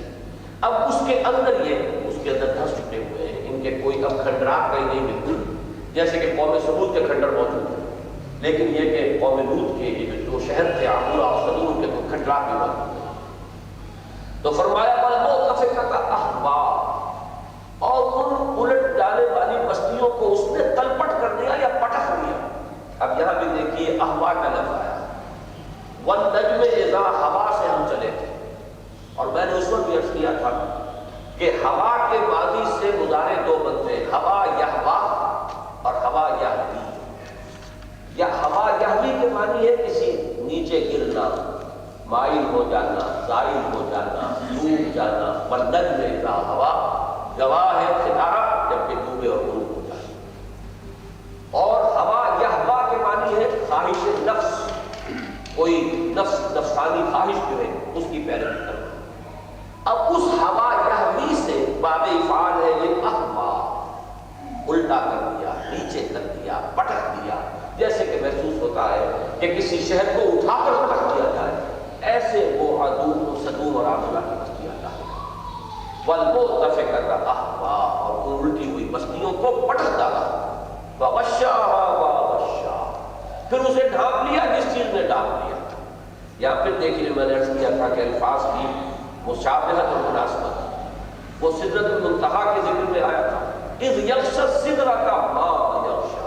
ما زاغ البصر وما طغی، وہی اسلوب یہاں پر آیا، فغشاها ما غشی، پھر اس بستی کو، ان بستیوں کو ڈھانپ لیا جس چیز نے ڈھانپ لیا، تم کیا جانو جس چیز نے ڈھانپ لیا، وہ آسمان سے جو بارش ہوئی کنکروں کی، یا کوئی راکھ جو تیز ہوا کے ساتھ کوئی چیزیں آئی ہیں، اس کے اندر بھی اب اس کی تفصیل نہیں بیان کی۔ سورہ ہجر کی آیت میں آ چکا ہے کہ ہم نے حجارۃ من سجیل ان کے اوپر بھیجے، ان کی بارش برسائی، لیکن یہاں اس صورت کی جو اس کا اسلوب ہے اس کے اعتبار سے جیسے اذ یغشی السدرۃ ما یغشی فغشاها ما غشی، پھر ان بستیوں کو ڈھانپ لیا جس چیز نے ڈھانپ لیا۔ فبأي آلاء ربك تتمارى، یہ بات اور نوٹ کر لیں کہ قرآن مجید میں جب ان واقعات کا تذکرہ ہوتا ہے تو مخاطب وہ لوگ ہیں کہ جو ان سے واقف تھے، اس لیے تفصیل میں جانے کی ضرورت نہیں،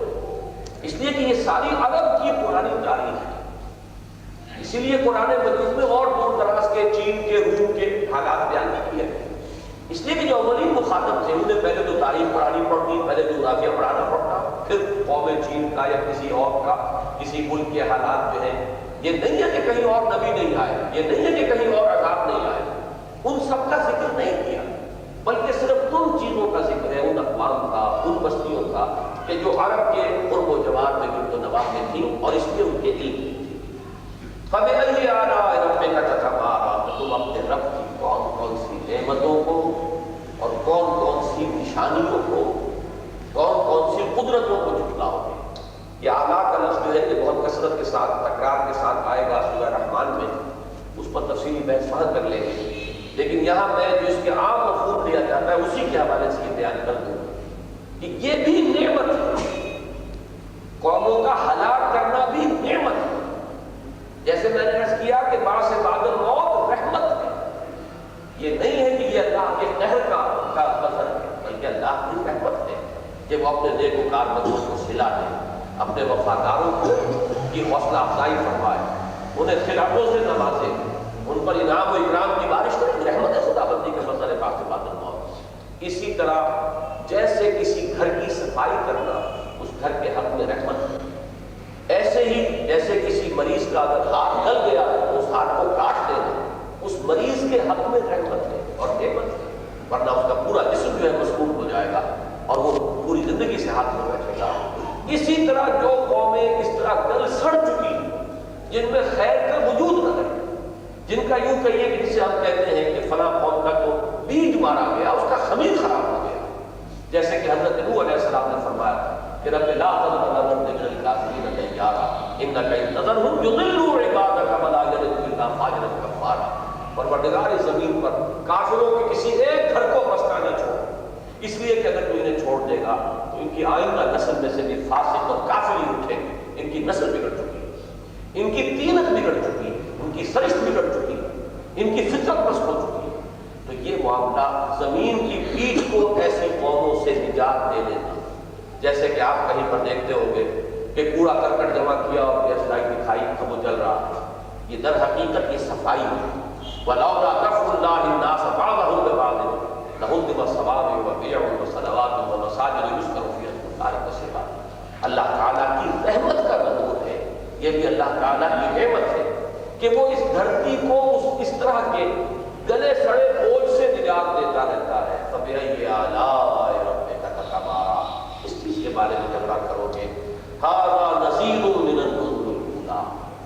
ہاذا کا مشار الیہ جو ہے آج پھر کوئی ہو رہا ہے کہ اب ہمیں جلدی جلدی یہ ختم کرنا ہے، اس لیے کہ وقت ہمارا ختم ہو رہا ہے۔ ہاذا دونوں مراد دیے گئے، یہ قرآن بھی اور محمد رسول اللہ، اور میرے نزدیک اس میں کوئی فرق واقع نہیں ہوتا، اس لیے کہ سورہ بینہ نے اس مضمون کو واضح کر دیا ہے کہ بینہ دو چیزوں پر مشتمل ہے، رسول من اللہ یتلو صحفا مطہرۃ فیہا کتب قیمہ، تو بینہ اصل میں رسول اور وہ صحیفہ کہ جو اللہ نے ان کو عطا کیا ہو، دونوں مل کر بینہ بنتے ہیں۔ تو ھذا نذیر من النذر الاولیٰ، یہ بھی یہ محمد صلی اللہ علیہ وسلم اور یہ قرآن بھی جو تمہیں سنایا جا رہا ہے، یہ بھی پچھلے خبردار کرنے والوں کے مانند ایک خبردار کرنے والے، اس پوری تاریخ کے ساتھ اس کا جوڑ توڑا ہے۔ کہ جیسے ہود آئے، جیسے صالح آئے، جیسے لوط آئے، جیسے حضرت موسیٰ کو بھیجا گیا، جیسے نوح آئے تھے، ایسے ہی محمد رسول اللہ آئے ہیں۔ ھذا نذیر من الرسل الاولیٰ آزفۃ العازفہ، وہ قریب آنے والی قریب آ چکی ہے۔ اس میں دونوں مفہوم ہوں گے، قیامت بھی تمہارے سروں پر پڑ لاتی ہے اور عذاب خداوندی بھی، اگر تم اسی روش کو اختیار کرو گے جو عاد اور ثمود اور سدوم اور عامورہ کے بسنے والوں نے کیا تھا، تو وہ انجام تمہارا قریب آ لگا ہے۔ آزفۃ العازفہ لیس لہا من دون اللہ کاشفہ، اور جب وہ آ جائے گی تو پھر اللہ کے سوا کوئی اسے کھولنے والا، دور کرنے والا، اسے رفع کرنے والا، اس سے تمہیں نجات دلانے والا نہ ہوگا۔ افمن ھذا الحدیث تعجبون، تو کیا تم اس بات پر تعجب کر رہے ہو؟ وتضحکون ولا تبکون، اور تم ہنستے ہو اور روتے نہیں ہو۔ وانتم سامدون، اور تم غفلت میں مدہوش پڑے ہوئے ہو۔ فاسجدوا للہ واعبدوا، تو سجدہ کرو اللہ کو اور اس کی بندگی اور